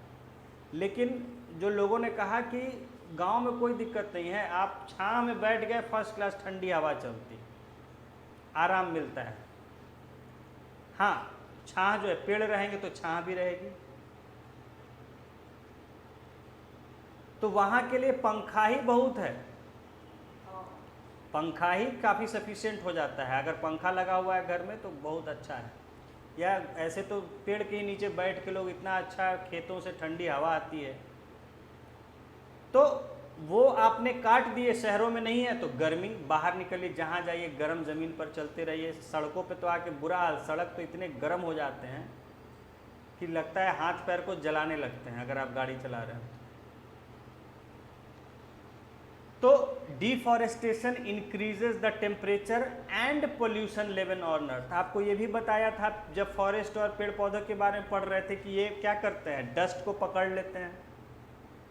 देखते हैं पेड़ पौधे डस्ट उनमें बैठ जाता है, पकड़ लेते हैं, तो हवा में धूल, पोल्यूशन या कार्बन डाइऑक्साइड और गैस कम कर देता है इन सबको। और आप पेड़ों को काट देंगे तो क्या होगा, पोल्यूशन बढ़ जाएगा, जो कि शहर में भुगत रहे हैं। It increases the level of carbon dioxide in the atmosphere. अब पेड़ पौधे नहीं रहेंगे, देखिए पेड़ पौधे क्या करते हैं, उनको फोटोसिंथेसिस के लिए चाहिए कार्बन डाइऑक्साइड है। आगे हमने इसको समझा है, खैर अभी चलिए। इट इंक्रीजेज द लेवल, तो पेड़ पौधे नहीं रहेंगे तो कार्बन डाइऑक्साइड बढ़ जाएगा। साथ ही साथ क्या होता है आगे, ground water level also gets lowered. पेड़ पौधे क्या होता है, पेड़ आपको सब बताया हुआ है, अब बस उन पॉइंट्स को आपको शॉर्ट में लिखा दे रहे हैं यहाँ पे, डिटेल पीछे आप लिख चुके हैं। आपको पता है कि पेड़ पौधे जब रहते हैं मिट्टी पकड़े रहते हैं, इससे क्या है, पेड़ पौधे के होने से पानी धीरे धीरे जाता है तो मिट्टी में उसको जाने का मौका मिल जाता है। पढ़े हैं आप ये सब। उससे क्या होता है, जो पानी मिट्टी जाता है तो ग्राउंड वाटर का लेवल बढ़ जाता है। तो ग्राउंड वाटर, अगर पेड़ पौधे आप काट देंगे तो क्या होगा, सारा पानी नदी में बह जाएगा, ग्राउंड वाटर का लेवल क्या है, नीचे चला जाएगा, क्योंकि ग्राउंड में वाटर जाएगा नहीं, तो ग्राउंड वाटर का नीचे चला जाएगा। Now cutting of trees also decreases rainfall and fertility of soil. तो यही आपने देखा कि जब पेड़, अब देखिए रेनफॉल कैसे होता है, जब इवेपोरेशन होता है वो कंडेंस होकर रेनफॉल होता है। फिर पेड़ पौधे नहीं रहेंगे तो इवेपोरेशन होगा, उतना नहीं होगा। पेड़ पौधों से बाहरी मात्रा में इवेपोरेशन होता है या परस्पिरेशन, ट्रांसपिरेशन होता है, तो वो नहीं होगा तो वाटर नहीं रहेगा, मॉइस्चर नहीं रहेगा, मॉइस्चर नहीं रहेगा तो रेनफॉल कम हो जाएगा। इसलिए रेनफॉल भी कम हो जाता है और साथ ही साथ मिट्टी की फर्टिलिटी भी कम। बताया है कि मिट्टी सब धीरे धीरे, पेड़ पौधे नहीं रहेंगे, ऊपर का मिट्टी सब इरोजन हो जाएगा, सॉइल इरोजन हो जाएगा, फर्टिलिटी कम हो जाएगा soil. There will be increased chances of natural calamities such as floods and droughts. और इसके नतीजे क्या होगा कि जब बारिश कम हो जाएगी तो सूखा पड़ने का चांस रहेगा, या मिट्टी कटने लगेगी तो बाढ़ आने का चांस रहेगा। पेड़ पौधे क्या करते हैं, बाढ़ को भी रोकते हैं। जितना पेड़ पौधे रहेंगे तो क्या है, पानी को वो तेजी से नहीं घुसने देते हैं। ठीक है, आज देखिए बाढ़ वगैरह को रोकने के लिए उड़ीसा, आंध्र प्रदेश, पूरा जो पूर्वी तट है हमारा, वहाँ देखिए वेस्ट बंगाल से लेके नीचे यहाँ पूरा तमिलनाडु तक तट के किनारे जंगल लगाए गए हैं सरकारों के द्वारा। समझ गए? हाँ, इधर नहीं, इधर बाढ़ का उधर से आता है, बाढ़ वगैरह पानी आता है, तूफान वगैरह आता है, तो उसके लिए मैंग्रोव फॉरेस्ट और अलग अलग तरह के फॉरेस्ट लगाए गए हैं। वो क्या करते हैं कि जब सी के वेव्स या सी का वाटर आता है, तूफान आता है, उसको रोक देता है, उससे बहुत कम हो जाती है तबाही। और ये हमने सुनामी के बाद से सीखा। सुनामी में इतना अंदर घुस आया था, इतना तबाही हुई थी जगह जगह, तो उससे हमने सीखा कि भाई पानी सुनामी से भी बचने के लिए रेडी रहना। उसके लिए हमने किनारे मैंग्रोव फॉरेस्ट लगाए, ये पानी को रोके रखते हैं, जल्दी बढ़ने नहीं देते हैं, अंदर घुसने नहीं देते हैं। तो यही नदियों का भी, आप पेड़ पौधे जंगल काट देंगे तो क्या होगा, मिट्टी कमज़ोर हो जाएगी, नदी अपना रास्ता बदल देगी, बाढ़ आ जाएगा। समझ गए? अब आगे देखिए, समझते हैं इसको कैसे एक एक करके। ये मेजर इम्पैक्ट्स हैं। Plants need carbon dioxide for photosynthesis. आप जानते हैं फोटोसिंथेसिस में प्लांट्स को कार्बन डाइऑक्साइड चाहिए होता है। Fewer trees would mean that less carbon dioxide will be used up, resulting in increased amount in atmosphere. अगर कार्बन डाइऑक्साइड लेने वाले पौधे कम रहेंगे तो क्या होगा, कार्बन डाइऑक्साइड बढ़ जाएगा एटमॉस्फेयर में। पेड़ पौधे क्या करते हैं, कार्बन डाइऑक्साइड को लेके उससे कार्बोहाइड्रेट, ग्लूकोज बना देते हैं, जिसको हम लोग खाते हैं। तो वो एटमॉस्फेयर से आ जाता है पेड़ पौधों में, और पेड़ पौधों से फिर हम लोग, हमारे शरीर, जानवरों के शरीर में आ जाता है, पेड़ पौधों के रूप में आ जाता है। तो कार्बन डाइऑक्साइड कंट्रोल रहता है, अब पेड़ पौधों को काट दीजिएगा तो क्या होगा, कार्बन डाइऑक्साइड नेचर में बढ़ जाएगा बहुत ज़्यादा। This will lead to global warming, इसके कारण क्या होगा, कार्बन डाइऑक्साइड बढ़ने से ग्लोबल वार्मिंग हो जाता है। क्यों? As carbon dioxide traps the heat rays reflected by earth. देखिए इसको समझ लीजिए।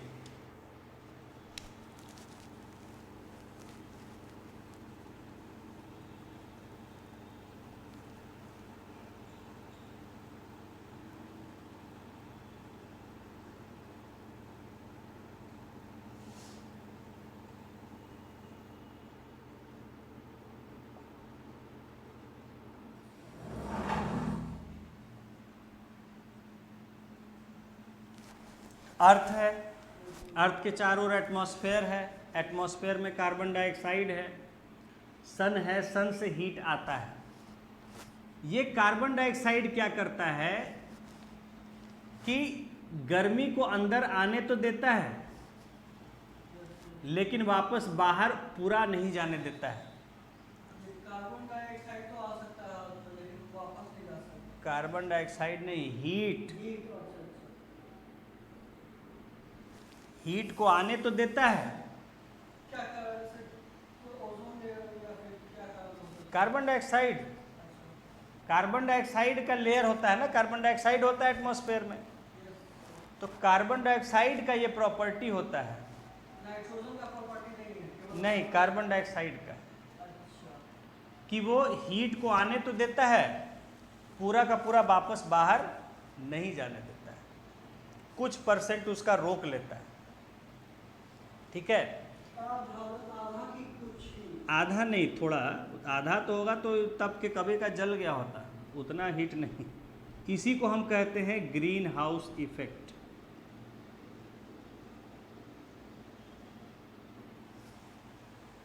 ग्रीन हाउस इफेक्ट, क्योंकि ये प्रॉपर्टी ग्लास में भी होती है, शीशे में। शीशे में क्या होता है कि शीशे का ये प्रॉपर्टी होता है कि वो गर्मी को अंदर तो आने देता है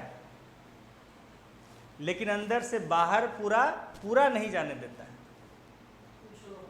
हाँ, तो इसीलिए पहाड़ों में, घरों में कांच के शीशे काफ़ी लगाए जाते हैं खिड़की दरवाजों में, ताकि जो, क्योंकि पहाड़ों में उतनी गर्मी तो होती नहीं, धूप उतना निकलता नहीं है, सूर्य उतना तेज तो होता नहीं है, तो कम भी रहता है तो वो गर्म कर देता है घर को, अच्छा कंफर्टेबल कर देता है, और वो हीट वापस बाहर नहीं निकल पाता है, जिसके कारण घर उनका रात में भी थोड़ा ठीक रहता है, नहीं तो रात में बहुत ठंडा हो जाएगा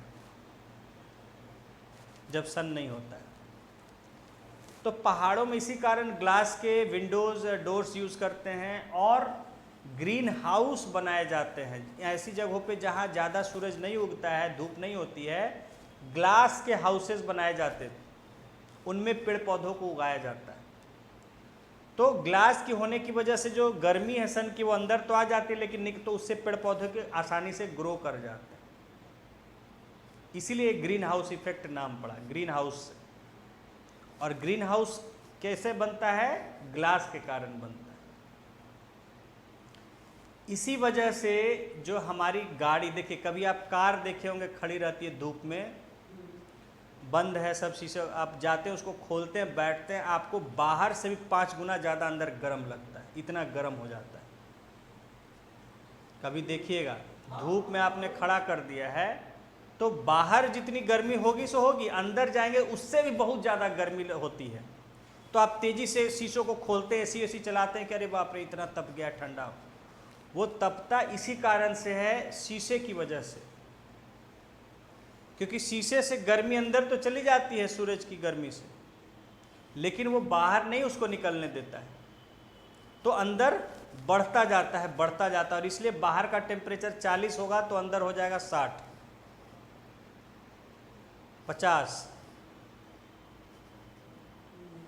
तो हम लोग तेज़ी से शीशों को खोलते हैं और फिर थोड़ा देर या तो दरवाज़ा वरवाजा खोल के छोड़ दीजिए, हवा से फिर निकलेगी गर्मी, तब ठंडाएगा। केवल शीशे में ही होता है कि और? हाँ, शीशे में और कई, जैसे कार्बन डाइऑक्साइड में। वो तो है। हाँ, तो ग्रीन हाउस इफेक्ट क्या है समझ गए। क्वेश्चन आएगा कि कार क्यों गर्म हो जाता है, कर लेंगे। पहाड़ों में लोग कांच के दरवाजे शीशे क्यों खिड़कियां लगाते हैं, सब समझ जाए, कर लेंगे उसको। ग्लास का प्रॉपर्टी होता है। और इसका भी कारण हम आपको ज्योग्राफी में बताए थे कि लॉन्ग वेव और शॉर्ट वेव का कंसेप्ट, लॉन्ग रेडिएशन और शॉर्ट रेडिएशन का कंसेप्ट, या शायद साइंस में ही बताए थे, कहीं बताए थे। तो उसको अभी नहीं जाएंगे, अभी हम लोग यहाँ पर हैं, इतना ही पर रहते हैं, बता चुके हैं, देख लीजिएगा उसको कहीं। क्यों ये होता है कि गर्मी को आने तो देता है, निकलने नहीं देता है, इसका भी कारण हमने लिखा रखा है, समझा रखा है। वो शॉर्ट में बता दें, लॉन्ग रेडिएशन और शॉर्ट रेडिएशन जो सन से आता है वो शॉर्ट रेडिएशन होता है, शॉर्ट वेवलेंथ का होता है, तो उसको आने दे देता है। लेकिन जो इधर से फिर जाता है, अंदर से निकलता है गाड़ियों वगैरह से, वो लॉन्ग या अर्थ के सरफेस से वो लॉन्ग वेवलेंथ वाला होता है, तो उसको ये लोग पार नहीं होने देता है। ये सब बता चुके हैं, लेकिन अभी चलिए इसमें अभी नहीं जाएंगे। तो अभी आप इतना समझ गए कि कार्बन डाइऑक्साइड जो है वो क्या करता है कि गर्मी को आने तो देता है। जब दिन होता है तो दिन में गर्मी आ जाती है सूरज की, धरती पूरा गर्म हो जाता है। रात में जब ठंडा होता है, गर्मी को छोड़ता है, तो अर्थ जो गर्म हो गया है छोड़ता है, तो ये टेम्परेचर को फिर वापस बाहर नहीं जाने देता है, यहीं रोक लेता है, यहीं अपने अंदर एटमॉस्फेयर रोक लेता है।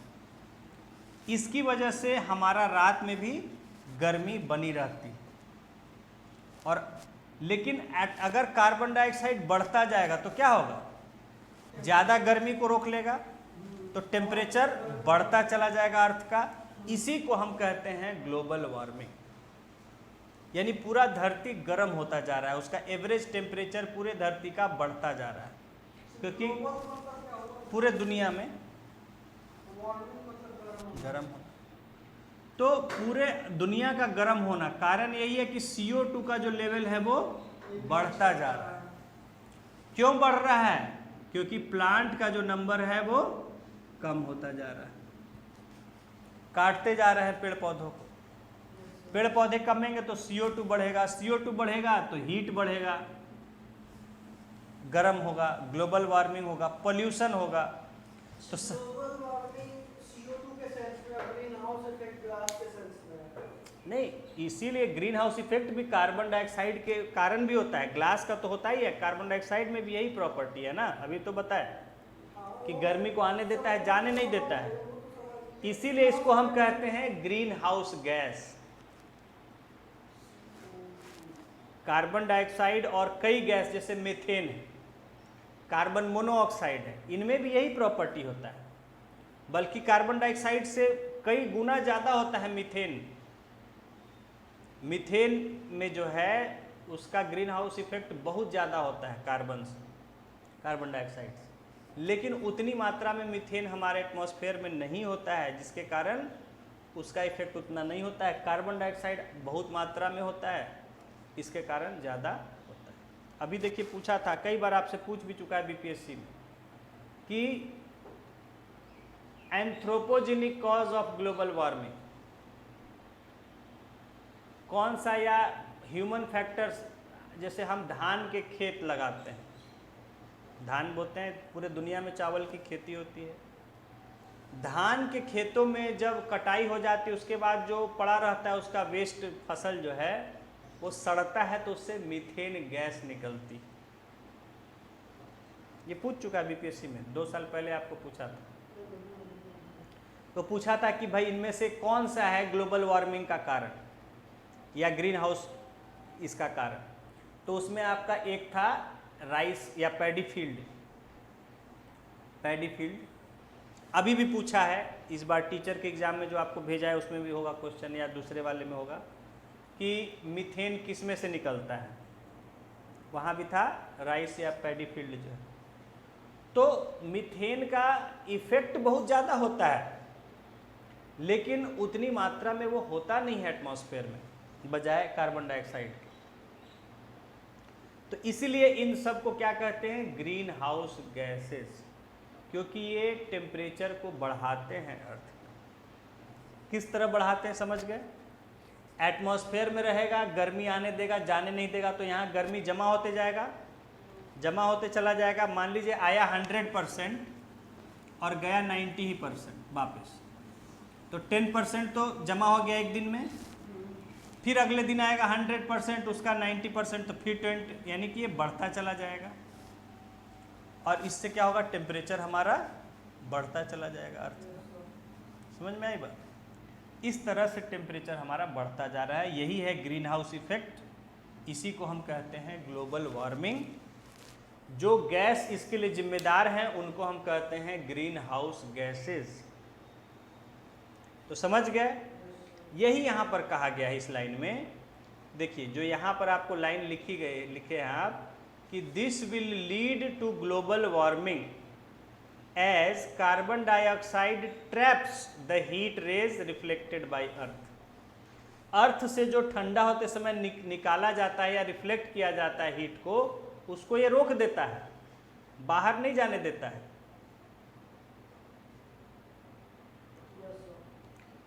The increase in temperature on earth disturbs the water cycle and may reduce rainfall.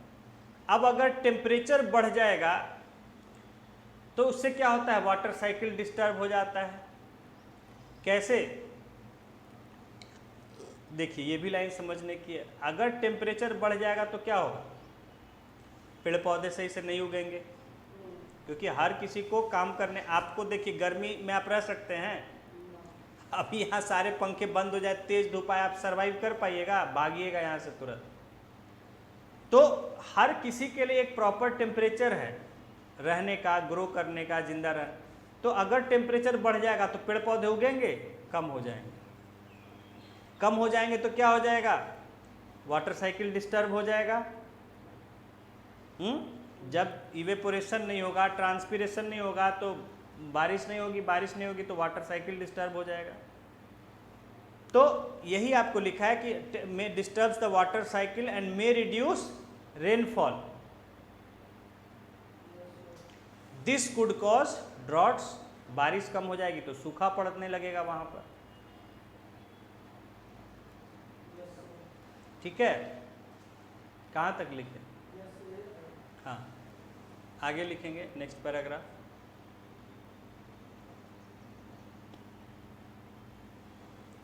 Deforestation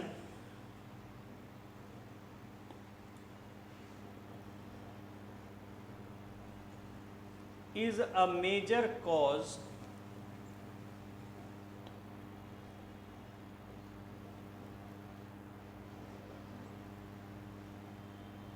which leads to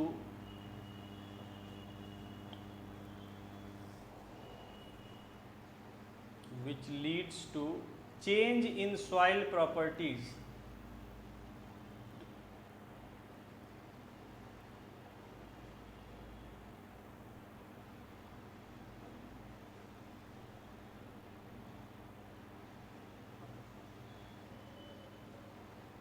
full stop. Physical properties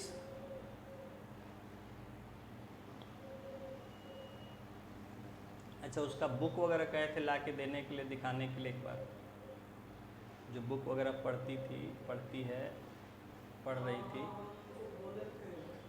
आ गई है यहाँ।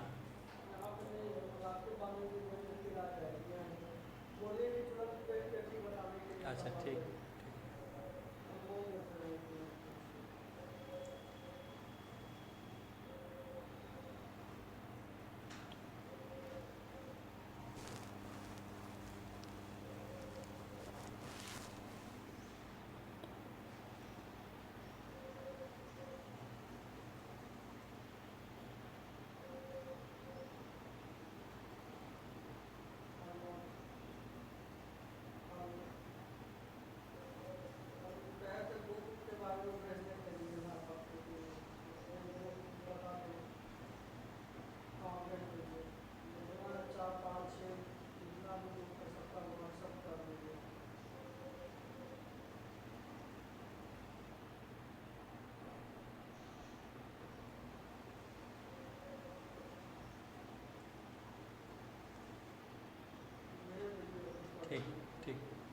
हाँ,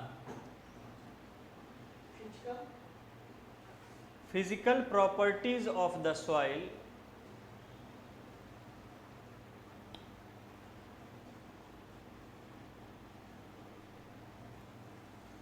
get affected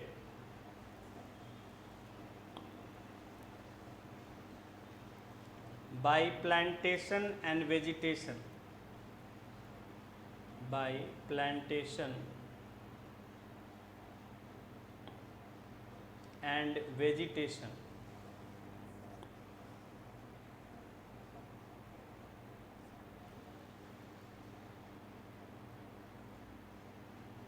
Full stop. We know that trees prevent soil erosion.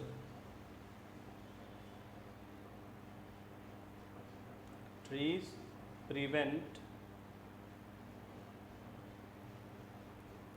soil erosion.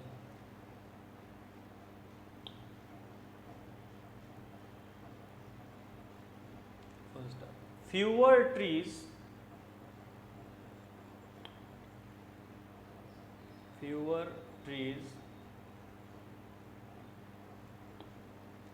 result in more soil erosion.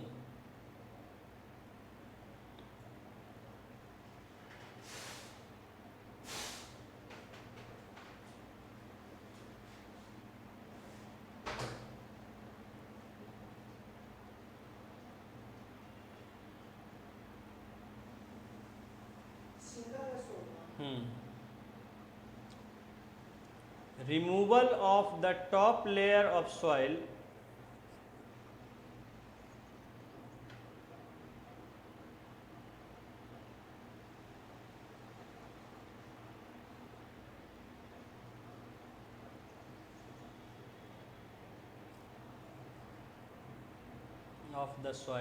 exposes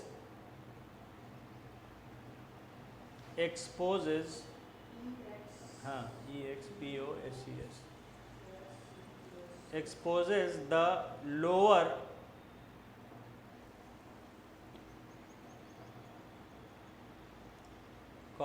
hard and rocky layers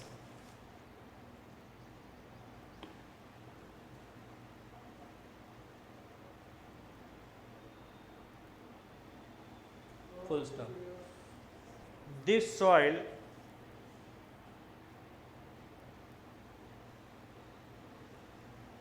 has less humus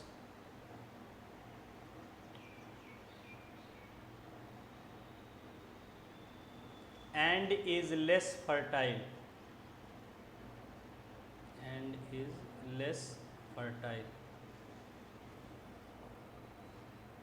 Full stop.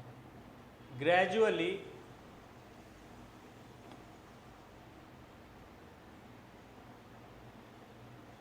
the fertile land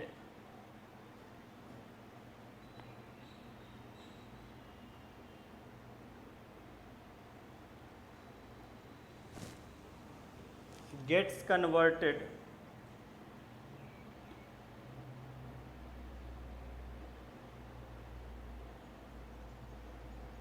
into deserts.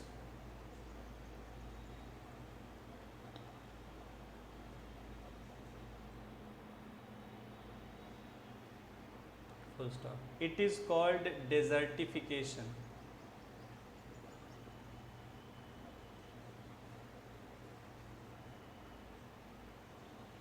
It is called desertification.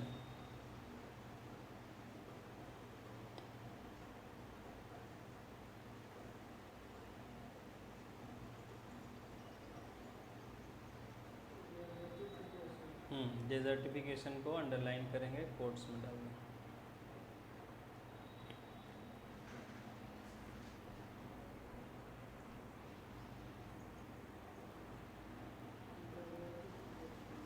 अब देखिए desertification समझ लेंगे. ठीक है, देखिए deforestation का एक सीधा सीधा असर होता है डेजर्टिफिकेशन यानी डेजर्ट बन जाना। एक अच्छा खासा हरा भरा जगह भी एक रेगिस्तान बन जाता है, डेजर्ट बन जाता है। कैसे? Deforestation is a major cause which leads to change in soil properties. देखिए, deforestation is a major cause which leads to change in soil properties. कहीं की भी मिट्टी होती है, जब वहाँ के पेड़, देखिए आपने पढ़ा है कि जो पेड़ पौधे होते हैं तो जंगल होते हैं, तो उससे क्या होता है, पेड़ पौधे का टूट के गिरता रहता है, जानवर रहते हैं वो भी अपना वेस्ट छोड़ते रहते हैं, एक्सक्रीटा जो होता है या उनका डेड बॉडी जो होता है वो सबसे ह्यूमस बनता रहता है। पढ़े थे अपना फॉरेस्ट में, मिट्टी का क्वालिटी फर्स्ट क्लास बना रहता है, न्यूट्रिएंट्स उसमें ह्यूमस से मिलते रहते हैं। पेड़ पौधे कट गए तो क्या होता है, मिट्टी का वहाँ क्वालिटी चेंज होता है, ना ह्यूमस मिलेगा तो धीरे धीरे मिट्टी उसकी खराब होने लगेगी। तो ये लिखा है कि deforestation is a major cause which leads to change in soil properties. देखिए, physical properties of soil get affected by plantation and vegetation. पढ़े थे आप कि मिट्टी का जो है भुरभुरापन है, मिट्टी में ह्यूमस है, मिट्टी का रंग है, मिट्टी में हवा है, न्यूट्रिएंट्स किस पर डिपेंड करते हैं, आसपास पेड़ पौधे जंगली जानवर वगैरह कितने रहते हैं। तो जैसे वो कम हो जाएंगे तो ये भी कम, जब ह्यूमस नहीं रहेगा तो मिट्टी उपजाऊ नहीं रहेगी, मिट्टी का रंग गाढ़ापन नहीं, उसमें ऑर्गेनिक मैटर नहीं रहेगा, जानवर नहीं होंगे तो। और देखिए, we know that trees prevent soil erosion. Trees, अगर पेड़ पौधे होते हैं, पढ़ा है अपने, जड़ों में मिट्टी को बांधे रखते हैं तो मिट्टी जल्दी इधर उधर खिसकती नहीं है, पानी बहता भी है उससे मिट्टी को कोई नुकसान नहीं पहुंचता। जड़, अरे जड़ इस तरह, देखिए पेड़ कैसे होता है, ऐसे ऊपर है, नीचे उसका जड़ बिल्कुल गहरा ऐसे ऐसे, ये मिट्टी को बांधे रखता है, इनके जो जड़ के ब्रांचेस होता है ये सब, ये जो है, और बहुत गहरी गहरी जड़ होती है। पेड़ों की जड़ जितना ऊंचा होता है पेड़, उससे ज़्यादा गहरा उसका जड़ होता है। तो ये जो क्या करेगा, पूरा इतना दूर में मिट्टी को अपने बांधे रखता है। देखते हैं पेड़ को उखाड़ना, एक बार जम जाए उखाड़ना कितना मुश्किल होता है, और जिनकी जड़ें बहुत, वो क्रेन से भी नहीं उखड़ता है। तो मिट्टी को इतना कस के अभी पकड़े रहेगा, ऐसे ही दूसरा पेड़, ऐसे ही तीसरा, सब क्या है, मिट्टी को अपने अपने जगह पकड़ के रखेंगे, हिलने नहीं देते हैं। नहीं, उसका फिर कोई उपाय नहीं हो पाता है। हाँ, तो फिर वो उतना पैसा खर्च करने की ज़रूरत, अगर वैसा रहता है तो फिर उसके लिए पावरफुल क्रेन आता है, लेकिन उसको फिर काट के छोड़ देते हैं लोग। तो ये देखिए कि मैंने दिखाया किस तरह मिट्टी को पकड़ के रखता है। तो बारिश हो, कुछ हो, पानी आए, नदी बहे, उससे मिट्टी को वो कटने नहीं देता है। ठीक है। फ्यूअर ट्रीज रिजल्ट इन मोर, और अगर कम पेड़ रहेंगे तो क्या होगा, पेड़ों को आपने काट दिया, मिट्टी को पकड़ने वाला नहीं है, तो क्या होगा, मिट्टी आसानी से ऊपर की बह जाएगी, बारिश के साथ, नदी के साथ, हवा के साथ। हवा भी उड़ाती है ना मिट्टी को, तो हवा चलेगी, कोई रोकने वाला नहीं रहेगा, तो धूल की तरह उड़ाती जाएगी ऊपर की मिट्टी को। तो इससे क्या होता है, देखिए, fewer trees result in more soil erosion. Soil erosion क्या है, removal of top layer of soil, यही ना है सॉइल इरोजन, ऊपर का लेयर का। हाँ, तो removal of top layer of soil exposes the lower hard and Rocky layers. तो जब ऊपर की जो फाइन बिल्कुल महीन मिट्टी होती है उसको धीरे धीरे हटा देगा, तो क्या है, नीचे की जो कड़ी मिट्टी होती है, कठोर, वो ऊपर आ जाती है। समझ रहे हैं, नीचे का जो कठोर होता है मिट्टी का भी आपको प्रोफाइल बना के दिखाया था, सबसे ऊपर बिल्कुल महीन, उससे नीचे थोड़े मोटे मोटे कण होते हैं, उससे नीचे फिर पथरीला होता है। तो नीचे का जो हार्ड लेयर है मिट्टी का वो ऊपर आ जाता है। This soil has less humus, उसमें ह्यूमस होगा, अंदर का में है तो उसमें ह्यूमस कहाँ से, ह्यूमस तो ऊपर ही ना रहता है, ह्यूमस तो बह गया, तो ह्यूमस नहीं, एंड इज लेस फर्टाइल। तो जो देखिए क्या होता है, जो ये पेड़ पौधे थे, यहाँ की मिट्टी जो थी पूरा ह्यूमस से भरी हुई थी, फर्टाइल थी। अब ये क्या है, पेड़ काट दिए, धीरे धीरे हट गया, नीचे का ये पथरीला टाइप का मिट्टी ऊपर आ गया, इसमें न ह्यूमस है, न कुछ है, न न्यूट्रिएंट है, क्योंकि सब तो बह गया। तो क्या होगा, इसमें पेड़ पौधे उगेंगे? नहीं उगेंगे। नहीं उगेंगे तो धीरे धीरे क्या है, पेड़ पौधे कम हो जाएंगे, और यही जो है gradually the fertile land gets converted into desert. यही जो कल को हरी भरी ज़मीन थी, ये डेजर्ट बन जाती है, क्योंकि यहाँ पर पेड़ पौधे नहीं उगते हैं, मिट्टी खराब है, मिट्टी में नहीं है वैसा, कड़ी मिट्टी है, पथरीली मिट्टी है, क्योंकि ऊपर का तो हमने बहा दिया मिट्टी को पेड़ काट के। तो जो उपजने वाली ज़मीन थी वो धीरे धीरे डेजर्ट में कन्वर्ट हो जाती है। इसी प्रोसेस को हम कहते हैं डेजर्टिफिकेशन, डेजर्ट बन जाना। क्या क्या हुआ, हमने पेड़ पौधे काट दिए तो बारिश कम हो गई, टेम्परेचर बढ़ गया, पोल्यूशन बढ़ गया, पेड़ पौधे कम उगने लग गए, और हमने पेड़ पौधे भी काट दिए तो मिट्टी कट गई वहाँ की, बारिश भी कम होने लग गई, सूखने लग गया ज़मीन वहाँ का, मिट्टी उपजाऊ नहीं रही, पेड़ पौधे अब उसमें उगेंगे नहीं, धीरे धीरे वो हटते चला जाएगा ऊपर का लेयर, अब वो बन जाएगा क्या, रेगिस्तान। न तो पेड़ पौधे, न जानवर, न पानी। समझ गए कैसे बनता है? अब ये प्रोसेस आपको समझाने की ज़रूरत नहीं है, डेजर्टिफिकेशन ज्योग्राफी में भी आएगा। हाँ, ग्रेजुअली, धीरे धीरे ही होता है, एक दो दिन में नहीं होता। डेजर्टिफिकेशन मतलब कि ये हिंदी में क्या कहेंगे इसको? मरुस्थलीकरण, डेजर्ट का बन जाना, रेगिस्तान बन जाना, इसको हिंदी में शुद्ध मरुस्थलीकरण लिखते हैं। मरुस्थल बोलते हैं डेजर्ट को, तो मरुस्थलीकरण कहते हैं।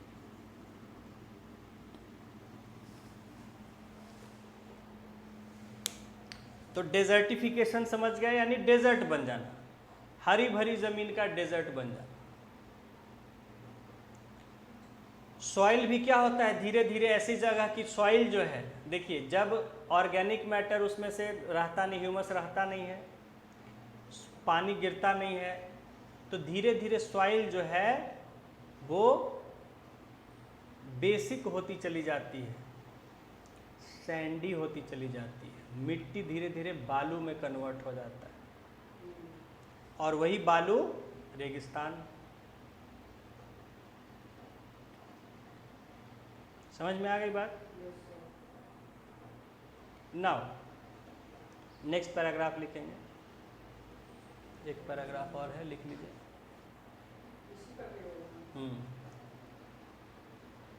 Deforestation also leads to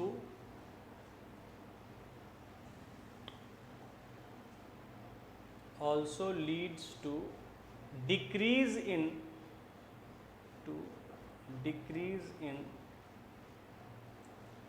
water holding capacity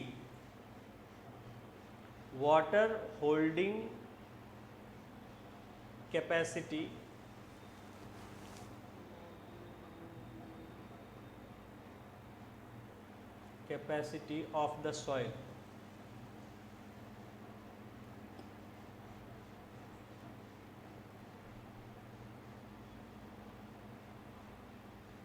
Full stop. The movement of water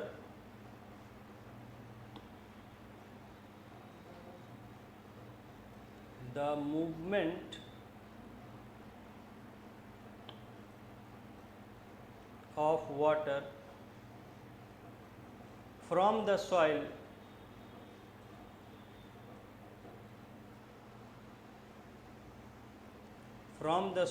surface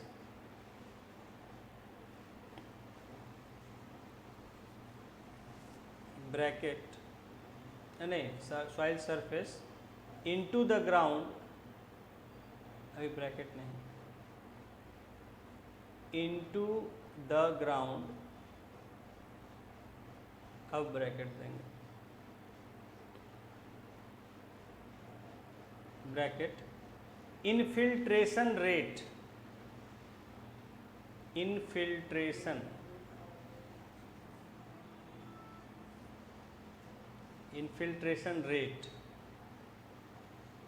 bracket close, is reduced.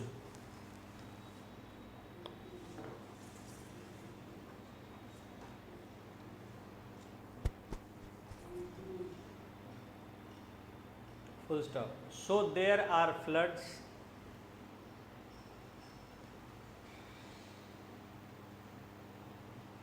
So there are floods.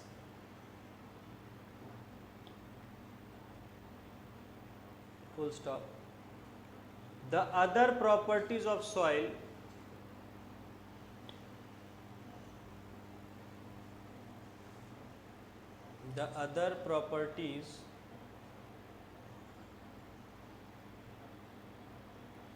of soil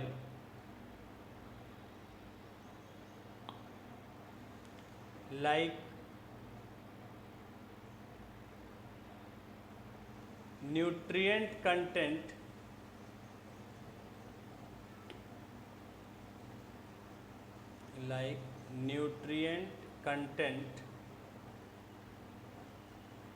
comma texture, etc.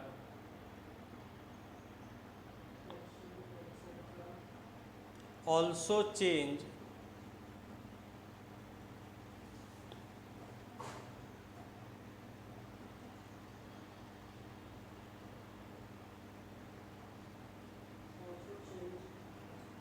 because of deforestation.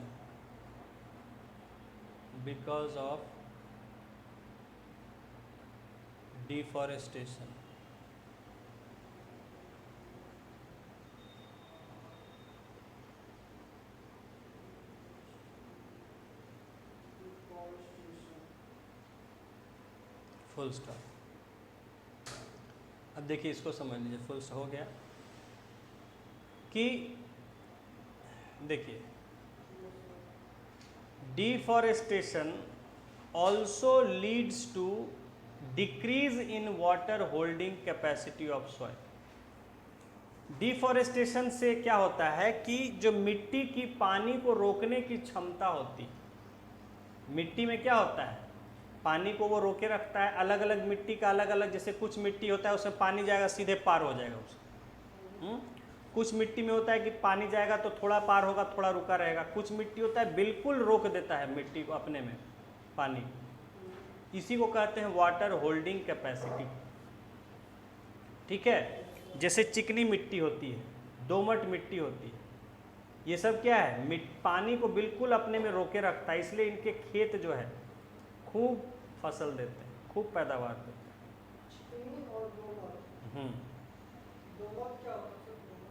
अब वो खेतों में कहते हैं मिट्टी को क्लेई सॉइल, इंग्लिश में कहते हैं। हाँ, उसी को चिकनी मिट्टी या दोमट मिट्टी कहते हैं लोग।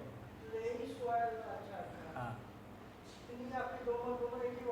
हाँ, तो इसमें क्या होता है कि पानी खूब, बारिश होगा पूरा दम, देखते हैं दम भर जाता है, कीचड़ जैसा दम रहेगा मिट्टी में, पानी हो जाता है। खेतों में जाइएगा, देखते हैं खेतों में किसान जाते हैं पानी में तो पूरा घुस जाएगा पानी में, उनका खेत में पैर जमीन में घुस जाता है, क्योंकि मिट्टी में पानी बहुत रहता है, उसको पकड़े रखता है, जल्दी सूखने भी नहीं देता है। तो ये कहते हैं वाटर होल्ड। ये अलग अलग सॉइल का, इसलिए सबसे बढ़िया दोमट क्लेई सॉइल माना जाता है। The movement of water from soil surface into the ground, मिट्टी से पानी का अंदर जाना, इसको क्या कहते हैं, इनफिल्ट्रेशन रेट। पानी के अंदर जाने की गति, रेट, इनफिल्ट्रेशन, अंदर जाना, मिट्टी से पार हो, मिट्टी से अंदर जमीन में चले जाना पानी। हाँ, पास होना, पार जाना, मिट्टी के पार जाना।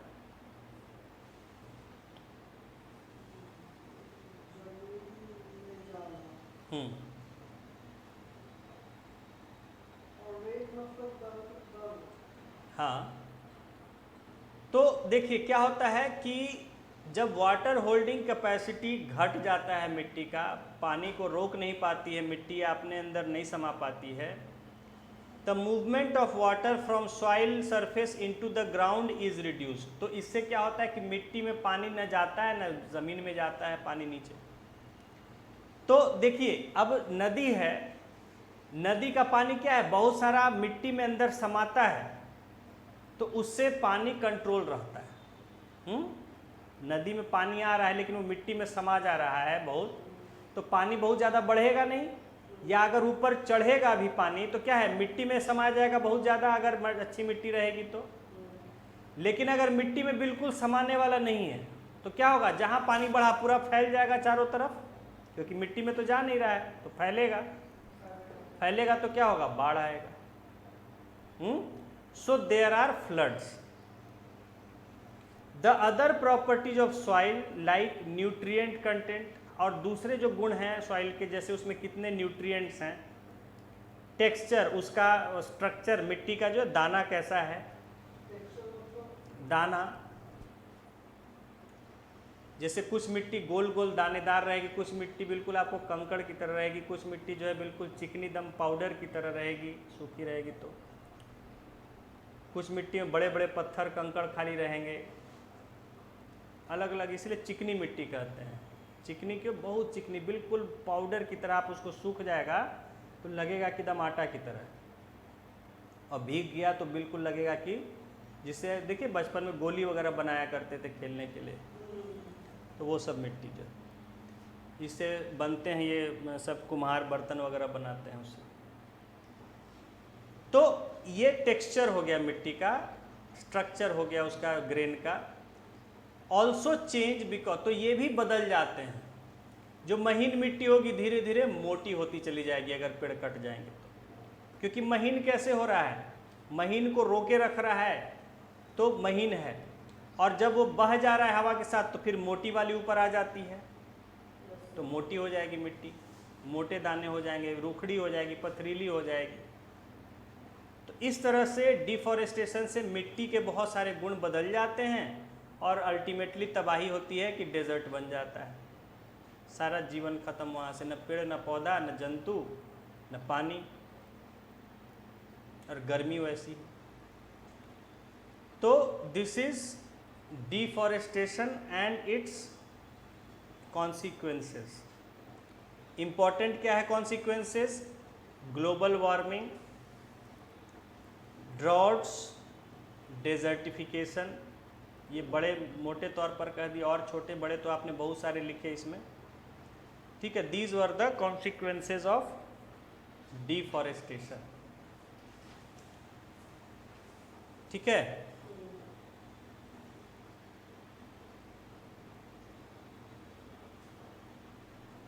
और लिखना है, चलिए ठीक। Next topic we will start conservation of forest and wildlife. In that we will study what is protected area, what is wildlife sanctuary, what is national park, what is biosphere reserve, और इनमें क्या क्या इसमें मतलब कानून इनके लिए क्या हैं, इम्पोर्टेंट से कौन कौन से हैं, कहाँ कहाँ, ये अक्सर आजकल पूछे जा रहे हैं। अक्सर हर एग्ज़ाम में साइंस के सवाल में एक दो सवाल ज़रूर रहता है कंजर्वेशन से। और फिर अलग अलग तरह के जानवर हैं, पेड़ पौधे हैं जिनका प्रोटेक्शन किया जा रहा है, बहुत सारा इसमें पढ़ना है, बड़ा इम्पोर्टेंट चैप्टर है, आजकल ज़्यादा फोकस में रहता है एनवायरनमेंट का, उसको